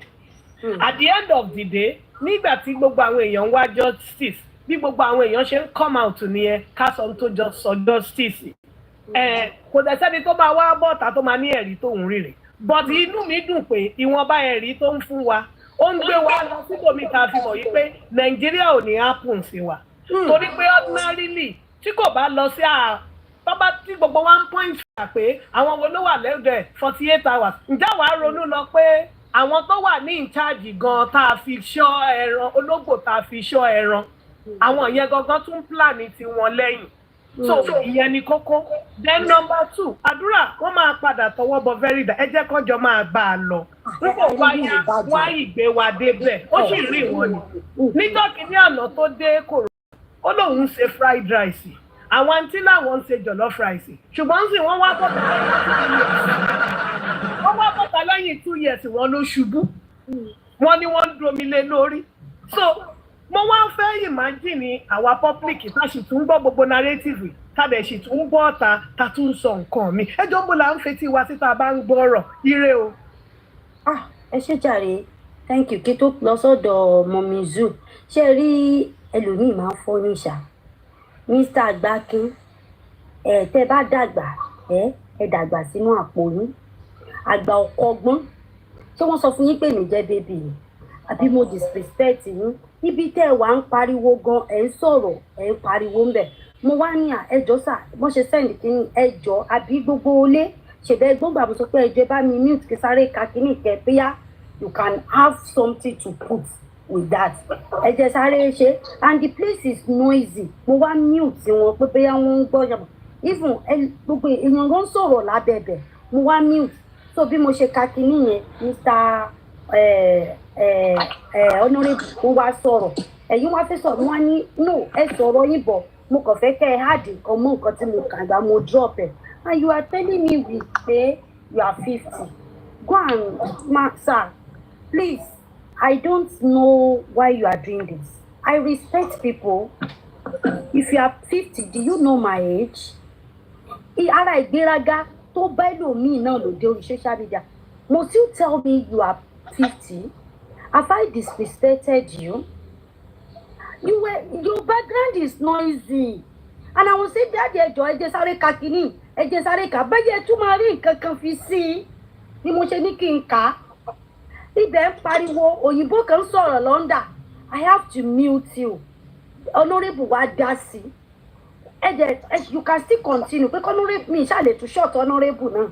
Honorable ẹ parí ọ̀rọ̀ tí kí n tó ní kẹ́ continue sir àǹtí náà yẹn gan tó ń sọ̀rọ̀ mo ní kí n try láti because platform mi is just to educate people so you can be going to these directions I will bring you with videos so that maybe that your narrative can change that is what I'm doing mi ò ní ever sọ pé nǹkan tó ṣe ò dáa màá play video àǹtí náà gan mo ní àǹtí náà ní sùúrù ẹ jẹ́ n play video mo tún padà sọ mo ní àǹtí náà ṣe rí nǹkan kan sọ báyìí sọ̀rọ̀ mọ́ I don't rude with people sir and I won't lie to you and I don't need anybody to love me tẹ́ bá love mi lẹ́yìn tí bá ṣẹ̀yìn lọ́la ẹ̀ padà hate mi ẹ jẹ́ kọ́ lọ́ọ̀ nìkan love mi but you come on the line and then do you know I'm a 50 nìkan sir you don't need to do that it's not right I'm sorry sir ṣẹ́gbọ́n bóyá kẹ́ mú yẹn lọlé kẹ́ lè lọ bẹ́ẹ̀ bá jẹ́ 50 bẹ́ẹ̀ bá mọ èjì mi ẹ jẹ́ kémi kọ́ yín kò yẹ kẹ́ sọ bẹ́ẹ̀ so ẹ padà mú yẹn lọlé kẹ́ lọ fi kọ́ ẹ̀kọ́ ṣẹ́gbọ́n for you to tell me wípé you are 50 for what have I done to you so mo ti fún yín lẹ́kọ̀ọ́ kan bẹ́ẹ̀ yẹn ẹ mú dání kẹ́ lọ kọ́ mọ́ra. Mọ́mí zoo welcome jàre Ọ̀túnba ẹ ṣé gan ni sà ẹ káàbọ̀ so ẹ sọ̀rọ̀ sà. Okay, can I speak? Yes ma ẹ káàsọ̀ Ọ̀túnba ẹ ṣé gan ni sà ẹ jẹ́ kí mo sì sọ̀rọ̀ sà ẹ ṣé sà. Okay, good evening ma. Good evening everybody. Good evening the panelists and the commenters. I greet everybody. Yes. Thank you my mommy. That is why I always come to your platform because I love the way you do your things. Thank you. And by the grace of God, I talked to one of my friends. I also records on some place when you will even like to play for the public. That is why I'm trying to send some things. Don't worry, that particular one, because I told that lady, she told me that she will check for the voice record because it's under page. You understand me? Okay, ma'am.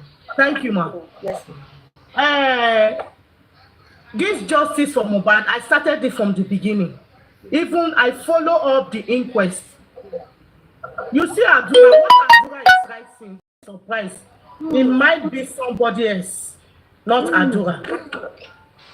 Because that 3 seconds video that was circulating on social media, when they asked Adura, Adura said, it's Damola that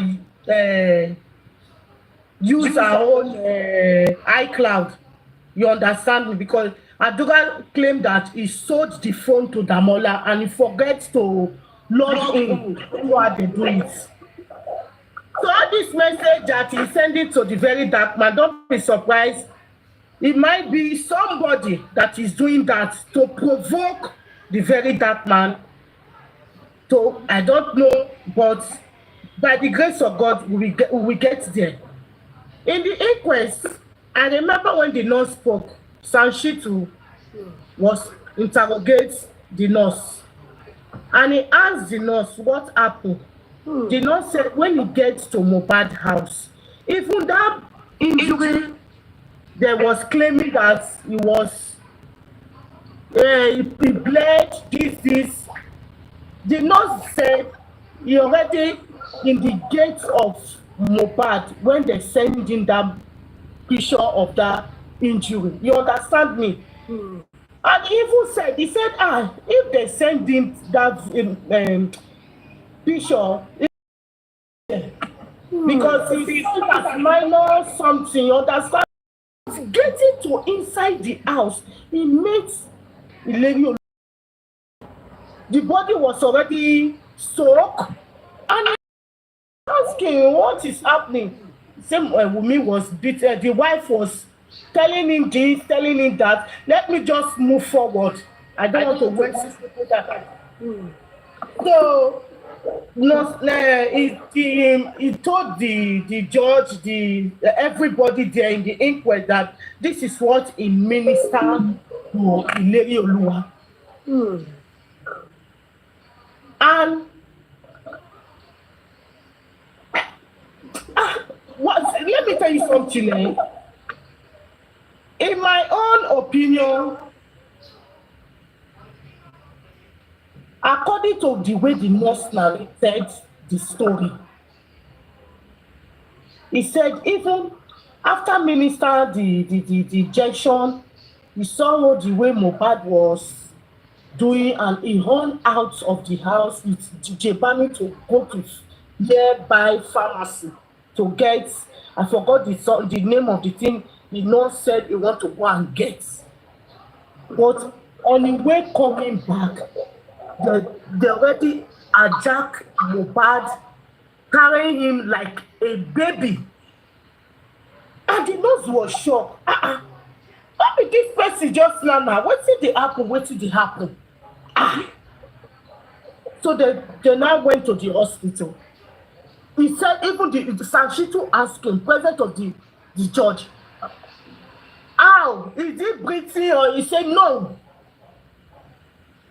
He said he has gone. Did you saw Adura in that house? The nurse said no. Do you know who is Adura? The nurse said no. He said, I don't know who is Adura. The interview Wunmi was granted. I called Adura na pour water, Adura na do baths, Adura na do both. The nurse said he never met Adura. He don't even know who is Adura.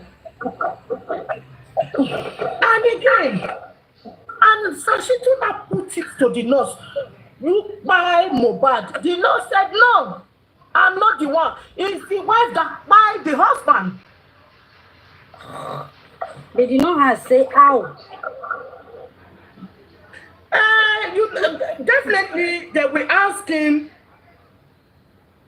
say how, because even the nurse said he himself was confused. Olúwa ṣàánú mi. No said he himself was confused. He said even when they took the body to the hospital, even the doctor, when the doctor checked, he said, anybody don't buy tete now. He told the doctor, this is what I minister. The doctor said, this thing that you minister in, you cannot buy this guy. What happened? That is what we are asking. What happened? According to when the nurse was in the detention, somebody went to go and visit the nurse. The nurse said they set him up. So this message is what's up? Me, I don't believe they set the nurse up. Because I don't know we go you sit down, go say, what VJ is doing is not right, he's fighting Iyabo Ojo, this, don't say that. Mohbad can be your brother.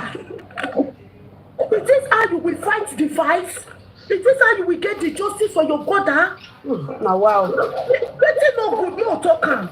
We thought it not bad, no talk am. This one not wetin dey cover for person again. Because even before the result of the autopsy and the toxicology come out, these people don't already know. And they the doctor. No, it's sometimes when we sit down, Muslim mothers. I always say it. 9 months is not 9. It's not 10. It's not 9 days. When they no sit down and think, say, God, what did happen to this boy for that house? I heard somebody was saying in your platform that yes, husband and wife can fight. Not this time. That is why they play video. When somebody talk, you see me play some videos. Yeah, I was listening to this. Not this type of fight. We condemn it. This wife, he fought with Mohbad in the show. On their way home, he fought with this boy. Now, which kind of fight with that one? He put tear Mohbad close. Cause his chain. Telling the Mohbad that I will end your career the way you refresh girlfriend, end refresh career. No, see that what they think this kind of refresh. Who is refresh? It's one of the video signing. How they end this career? The girlfriend end refresh career. He end refresh career. The girl lie against refresh. The guy. The girlfriend lie against that guy. He end his career. Don't be like even very dark man talker from the beginning of this when this justice of Mohbad started that time. He talk. You people should come and give me clash. No worry. A lot of I will send it. I will send it to your Lil Frosh, not Lil Fresh. Yeah, Lil Frosh. Thank you, my brother. Mommy, too, they send them. I don't look for people who contact them. Yes, I know you now. I know you. That is something I always come to your platform because I love the way you analyze, the way you talk, the way you do your things. I like this. Me, I don't curse people. If you don't curse me, I will not curse you. Yes, I know. Now, if you come for me, I will come for you. Don't go the way you did this fact. And where is the barrier? Yes, he said it. What? I imagine come over. Mommy, but you listen when very dark man interrogate or how will I put the English? This driver. The driver even told the wife said, as soon as I don't reach her, so no talk to this boy, you leave her. He said, the wife won't tell her, say, this one. Yeah, leave her me. If he go inside now, I also cry, go the cry. Can you imagine? The driver say, if my wife do this, waiting happen, take my in. He said no. He said go do a shaggy. That's what the driver tell very dark man. Now what did the driver sit up for inquest that? He said no go lie to the judge. It's my wife. Now I do wetin do Mohbad. He said go do a shaggy. He said no be small fight. He said grip the way he grip Mohbad for inside motor. With 5 months baby. Oh now they forget say 5 months baby dey with that girl for hand for inside that car. Carry 5 months baby for his show. He go do. Do for what? What are you fight her for? Listen, I have to be great winner of the family. Your family is the whole family. Now be the head, now be the tail. Basically, you're supposed to protect her to the core. Olúwa ṣàánú mi. Má jẹ́ káwọn ọmọ mi ọkùnrin ṣìfẹ́. So, amen, my mommy. Amen. That is why. If una listen wetin she talk for the inquest, una go run. Una go run for this wife. Una go run for her. Una listen the interview wey she grab for different TV station. Now, please, our activist, is she here or is she here when are the activists? All those things, ma. Hope she see it. Mommy Zoo, the activists. Godmother. Who's activist? The godmother. That voice record, that voice record when you play. Now, if people for when they pay, now they go. Now their platform people when they pay, I think they pay bloggers when they talk for the WhatsApp group. Now they go. Go see the way they mock Baba Mohbad. And they mock that man for that platform that day. And they mock that man. Let's talk and say, yeah, but the house don't want to Thank you. I will call you back. Let me call Otumba, sir. I'm fed up. Good evening, ma. Good evening, everyone. Otumba, good evening, sir. I'm fed up. Wow. For me, I've even promised myself I don't want to put mouth in this matter again because it's like they are just. It's like they are actually playing on our intelligence. And I won't lie to you. I'm fed up. Sometimes people listen to a lot of things based on emotion and sentiment.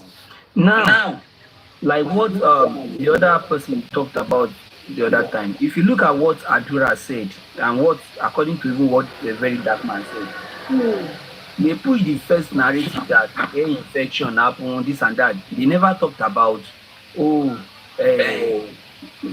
something happened, they took her from one room to another. It was later, all these ones start coming up. But for me, I can say it categorically that for anyone who have said, because I know even very dark man, just like what you said, they are still going to push very dark man, but I can promise everyone, very dark man will not say it out. He will allow them to use their own hands. Exactly. You see, let me tell you, the truth of the matter is, you see, there is a fight between Omowummi and Mohbad. And maybe Adura wanted to separate fight, or he wanted to support Wunmi, and maybe mistakenly they pushed Mohbad.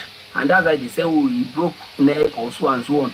Now, you can't point finger to Wunmi without implicating Adura. You can't implicate Adura without implicating Wunmi. And that is where the problem has like go and mark it down. If you watch, even in the very first time, there was no nurse. I with everything I've listened to, I can bet you there is no nurse anywhere. The nurse will still come out and say, one low me. Officer Wolfman, go and mark it down. Iyabo Ojo that is shouting, you were there from the very first day in that house. Do you want to tell me that Iyabo Ojo won't ask them that what happened? Before they start pointing hand to Naira Marley that was not even in Nigeria. So it means that what they were actually doing is, if you talk, you will implicate yourself as well. That's why Adura cannot speak out. And that's why Adura is now the best friend to Wunmi. See, the truth is bitter to say. When I listen to, in fact, from yesterday to today, I listened to so many things on Facebook. Things Adura said, Wunmi said, very dark man. Now I start thinking a lot. I say, oh, if you are very sensitive enough, you know that this thing is not because Wunmi wanted to. It's not because Wunmi wanted to buy Mohbad, but maybe there was a fight, and Adura, maybe he wanted to separate. You know, now you may push your brother and be like, leave her alone now. And the guy fell down. Even what was it called? Spending that said, I left the house, I only dropped the number. I can bet you is there. That driver that Very Dark Man interviewed, even if he's not there, he will hear the noise and he will tell Very Dark Man the kind of noise and things he heard. But Very Dark Man will not bring all those things out. That is why the only thing he's trying to do is let me push them for them to come out and say it. The only way all those things will come is maybe if at the end court decision goes wrong. But I can bet go and mark today's date down. If they start the case, the nurse will do a U-turn and turn back that she's not involved. Initially, there was no nurse. Later, there was nurse. Later, there were 2 nurses. Later, 2 hospitals.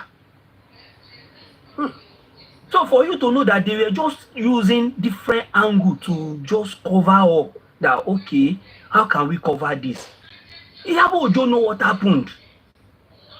She knew what happened, but she can't just say it out. So why did they want to push the narrative to Naira Marley? Why did they now say, okay, it's the nurse Luma Foriko Nisin? Hey, they knew.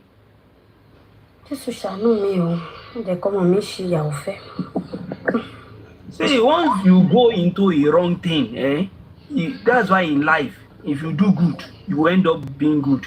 If you do bad, you will end up with everything they did. Now, that's why they can't tell us that even after they brought the body out, this is what they detected. Nothing. At the end of the day, even if we are not careful, they will tell us that it's excessive drug. Oh, Omunkoni. Yeah, go on, Baba Naira Marley something. Oni mo gbọ́. Oni Naira Marley ò kí. Ó ní igbó ló mu. Ipe ìgbà gbogbo àwọn tó wà nílé igbó ló mu. Ipe Mohbad nìkan ló mu nǹkan. Mo ní mọ̀mọ́ báyé Mohbad jẹ báyìí. So at the end of the day, tá bá máa rí ẹ̀yìn ọ̀rọ̀ ẹ lọ kọ sílẹ̀, everybody will just be shocked like at the end of this matter. I've been saying now. Ṣé àbáyé ẹ jẹ́ kọ́rọ̀ dojú ọ̀rọ̀ ẹ lọ kọ́lẹ̀ because ṣẹ́rí nǹkan tó bá ti mú tí bàbá Mohbad bá jáde pé òun fẹ́ sọ̀rọ̀ or anybody fẹ́ sọ̀rọ̀ family ẹ lọ kọ́lẹ̀ wọ́n máa ní ọmọ yín náà máa lọ pẹ̀lú ẹ̀ ṣé wọ́n máa tún wá wò pé ọmọ wọn ọkùnrin kan tó kú kó náà lọ. Orin ló dé bá ní Yorùbá ṣe máa sọ pé orin ló dé ní àbíjà ló dé lórin dòwe property ó favour wọn ní gbogbo kíní yìí ò ní jáde o. But kí lorúkọ ẹ̀ mo gbọ́ ìkan nínú àwọn fídíò tí mo gbọ́ lénìí Kàrímọ́ tó jẹ́ ẹ̀gbọ́n Wùmí ó sọ nǹkan kan ó ní kí wọ́n ṣépè sí fún Ìyábọ̀ Òjó fúnra rẹ̀ pé wọ́n máa ń wípé wọ́n ń pariwo látijọ́ ìwọ̀n ò fẹ́ sọ̀rọ̀ wípé wọ́n sọ pé òkú Mohbad ta ló sùn wípé ṣe bí inú mọ́ọ̀gù náà lọ gbé sí àárọ̀ ọjọ́ kejì náà lọ gbé tó tún wẹ̀ fún wípé bọ̀ wọ́n ò fẹ́ sọ síta kọ́ má bàa implicate àwọn tó help wọn pé because wọn ò ṣe officially wọ́n kàn bá wọn gbà wọlé ní pé ẹ jẹ́ ká gbé síbẹ̀ dàárọ̀ ọ̀la fún yín. Ẹ tí gbọ́ yẹ. Mi understand wíwẹ́ tí tẹ̀sẹ̀ dàrú. Okay, now ní alẹ́ ọjọ́ tí. Ẹ sọ English. Okay, ní nítorí TikTok mi fẹ́ máa sọ English so that èèyàn ní ṣe mistake sọ àwọn words kan. So now the night the father took the body to the police station and said they could not give him a police report and they went to the morgue. Now the claim was that the body slept overnight outside before they took him for burial the second morning. Now, according to Wumi's sister, he said they actually kept the body in a morgue overnight, even though the morgue was not, they didn't take him unofficial because they have to bribe them. And those people take the body out early in the morning even wash the body, clean up the body, kó tó lọ bury ẹ̀ or kó tó lọ sí. Ẹ tí gbọ́ yẹ. Mi gbọ́. Ìgbà tèmi gan gbọ́ ó ṣọ́ọ̀kì mi. Ó ní ẹ má jẹ́ kí n sọ̀rọ̀ kíní kan kí n dẹ̀ sọ pé gbogbo yín. You guys are saying the body slept outside. The body slept outside. You are right. Can you swear that the body slept outside? Excuse me, sir. God bless Yes? you. The one called Baba Mohbad. Excuse me, sir. Baba Mohbad already left them. No, I'm not talking about Baba. Yeah, Baba Mohbad already left them. Me, I'm only talking about something that you're not mentioned. Yes, you are right. No, I'm not talking about anybody. For me, see, for me, I have no problem with anybody. Let her talk. I will try and send you the video. So me, I'm not even justifying anybody. I'm only saying things that were not been told, that happened, that we were just, that is just coming out based on what VDM is doing right now. Because to all of us, we believe that, they didn't receive the body, so the second money, they just went for the burial. But now, What is all this now? So, for now, hearing that, they actually bribed them to, to keep the body there overnight and bring the body out early in the morning, even clean up, bathe the body before the burial. All those ones were not in the statement before. So it means that there are things that are attached to Wunmi and Adura that is separate. They can't really separate those two names out of it if they really want the justice. So you have to bring both of them together. And those are the place. Those are the things that actually brought people like Iyabo into those kind of matter. Like, okay, since Wunmi have run to me, we'll cover you. But tell you about it. So if you can point finger, we'll also bring your son to it. So 50-50. Hey. Because if you think about it, if let's assume is nurse that actually did it, do you think from the very first day Wunmi wouldn't have spoken about it? From the very first day, even Iyabo wouldn't have said, you this nurse, you are wicked, you did this. They didn't say anything from onset about the nurse. Now, if Wunmi have done it directly, do you think even the Mohbad wouldn't have truly thrown the finger directly? But because their own son too is involved, let's be realistic. So you are saying that Baba Mohbad and Mohbad know what happened? See, I can tell you they know. But the fear is like they cannot say it. Just like you got a solo joy or what you were. Ìyá Wunmi ọ̀gá ọlọ́pàá ni. Àwọn alágbára ti wà ń bẹ̀. Tọ́tí kí ló dé tí ṣé King White àbí kí náà ń porúkọ yẹn tó ṣe ń protect Adura? Why? So agbára ti you know the way things are done in Nigeria now. Okay. I don't think they need to shout to public now. They just need to do it amicably and let us know. You see, initially that would have been planned, but I suspected that the foul play was because the property sharing formula will not go in according to the plan. Wunmi want to supersede every as Iyabo, Emorun nkan now, and Adura they will tell you that okay, you can take up. Torí ẹ̀ ló náà ṣe ń kọrin. Don't worry, you take over the studio, you start singing, you blow. Bàbá òde ní fẹ́ gbarú ẹ̀. Ṣé bàbá ò fẹ́ gbádùn láyé yìí ò fẹ́ gbádùn ò fẹ́ jèrè ọmọ ni? Ẹ jẹ́ ká bára wa sòótọ́ ọ̀rọ̀ náà. If that should be the case, I don't think there's need of bringing the case to the social media. Why would they be stopping us? Yabi? You will get your story and you feel so bad. That's why I said by time the justice finish, a lot of people will just be saying, ẹ jọ sá ẹni pé ọ̀gá ọlọ́pàá ni ìyá Wunmi àbí. Bẹ́ẹ̀ni. And they want expect justice. Àṣẹ ìmọ̀ láti lè so wọ́n ń tẹ̀kọ̀ ń sọ̀rọ̀ everybody kan sọ and tó ṣe kí mo ṣe ń gbọ́ pé ọ̀gá ọlọ́pàá ni for the first time. I don't even know anything about ìyá Wunmi because èmi Sherry, when I was like that, I got involved. according to what we heard. Because I'm hearing that for the first ẹjọ kí ni ránkì ìyá Wùmí tẹ́ fi pè lọ́gọ̀ ọlọ́pàá kí ni ránkì ẹ̀. Ó sọ ọlọ́pàá. Èmi ò mọ ránkì ẹ̀ but according to what I'm saying wọ́n ní pọ́lọ́pàá ni. You had secondary data. Did you investigate to know the rank of that person? Tẹ́ fi lọ́gọ̀ ọlọ́pàá ni. Ṣé ọmọ tí wọ́n ní kọ́ ọmọ ṣe ọlọ́pàá ni? No, if you are Mr. Tumba, if you are getting no. Ẹ má bínú sísá ní àná. Ọlọ́jọ́ ìfẹ́ béèrè lórí gbogbo ọ̀rọ̀ tó ń sọ. Màmá ní màmá excuse hello. No, excuse me, Mama Wunmi. Oh yeah, Mommy Zoo, please talk because you know all those things. Mommy Zoo, Mama Wunmi, what happened? Okay. Mommy, come on, so. No, Mama Wunmi. Can you hear me, Mommy? Yes.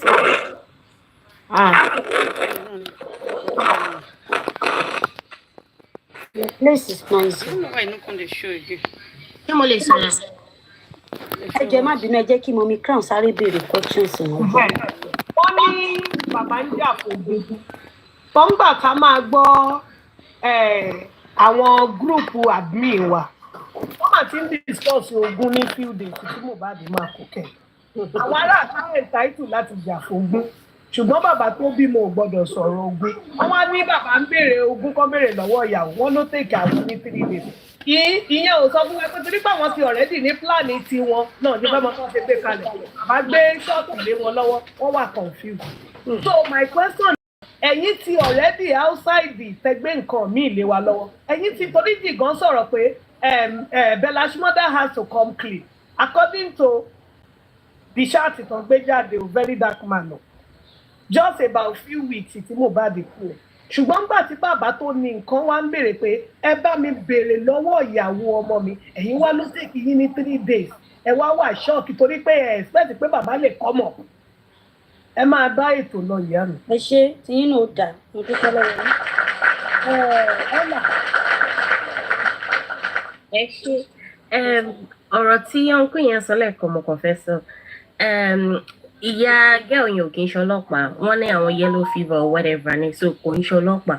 Ẹ kí wá ní yellow fever kí ni wọ́n máa ń pè wọ́n ọlọ́pàá náà kọ́ là ń pè wọ́n ni. Àwọn traffic warden or whatever ni. So yeah, they are police. They are police. I don't know police officer. So ẹ̀yin sọ pé ọ̀gá ọlọ́pàá. Kí ni a máa ń pè ní kílẹ̀ tẹ́ bá fẹ́ pe police officer Nàìjíríà kí ní Yorùbá kí lè máa pè é máa ní ọ̀gá ọlọ́pàá àbí ṣe máa ní ọmọọṣẹ́ ọlọ́pàá. Yorùbá kan I was actually thinking.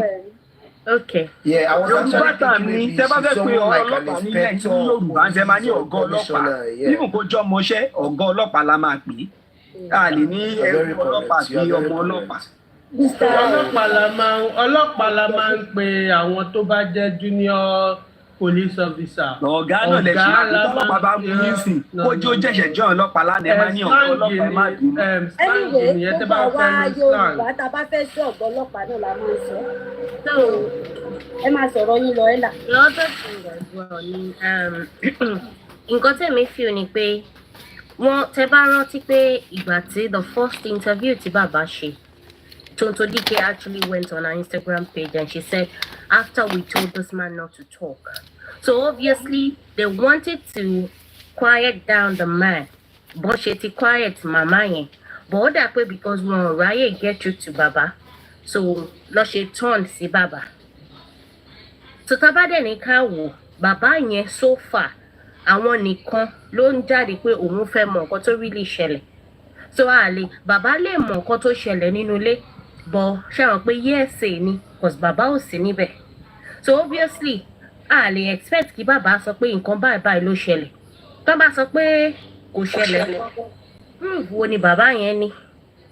So I think that's why the man is quiet about nǹkan tó ṣẹlẹ̀. But he might know what happened. But he's staying quiet. Because wọ́n actually wà ń bẹ̀. So wọ́n fẹ́ káwọn tó wà ń bẹ̀ tó mọ̀ nǹkan tó ṣẹlẹ̀ gógó kán jáde kán sọ̀rọ̀. So I wouldn't want I'm not coming at you, sir, but Emma, kako ma sọ pé bàbá yẹn náà bóyá wọn mọ nǹkan tó ṣẹlẹ̀ dáadáa kákan watch nǹkan tá a bá máa sọ ṣe máa wọn ẹlòmíì tó ṣe máa gbọ́rọ̀ yẹn wọ́n máa tún fi wọ́n lè fi tí ọ̀dẹ̀ gbò. ẹ ṣe. you are very correct because nǹkan tèmi náà ń sọ nìyẹn irú nǹkan tẹ̀ ń sọ náà mo sọ pé very dark man kò ní jáde wá sọ pé. ẹ mọbi tó ń lọ ìfarabalẹ̀ bí nǹkan tí wọ́n sọ. no wọ́n get nǹkan tí mo sọ ṣé àwọn pé àwa tá à ń sọ̀rọ̀ ń bí ń sìn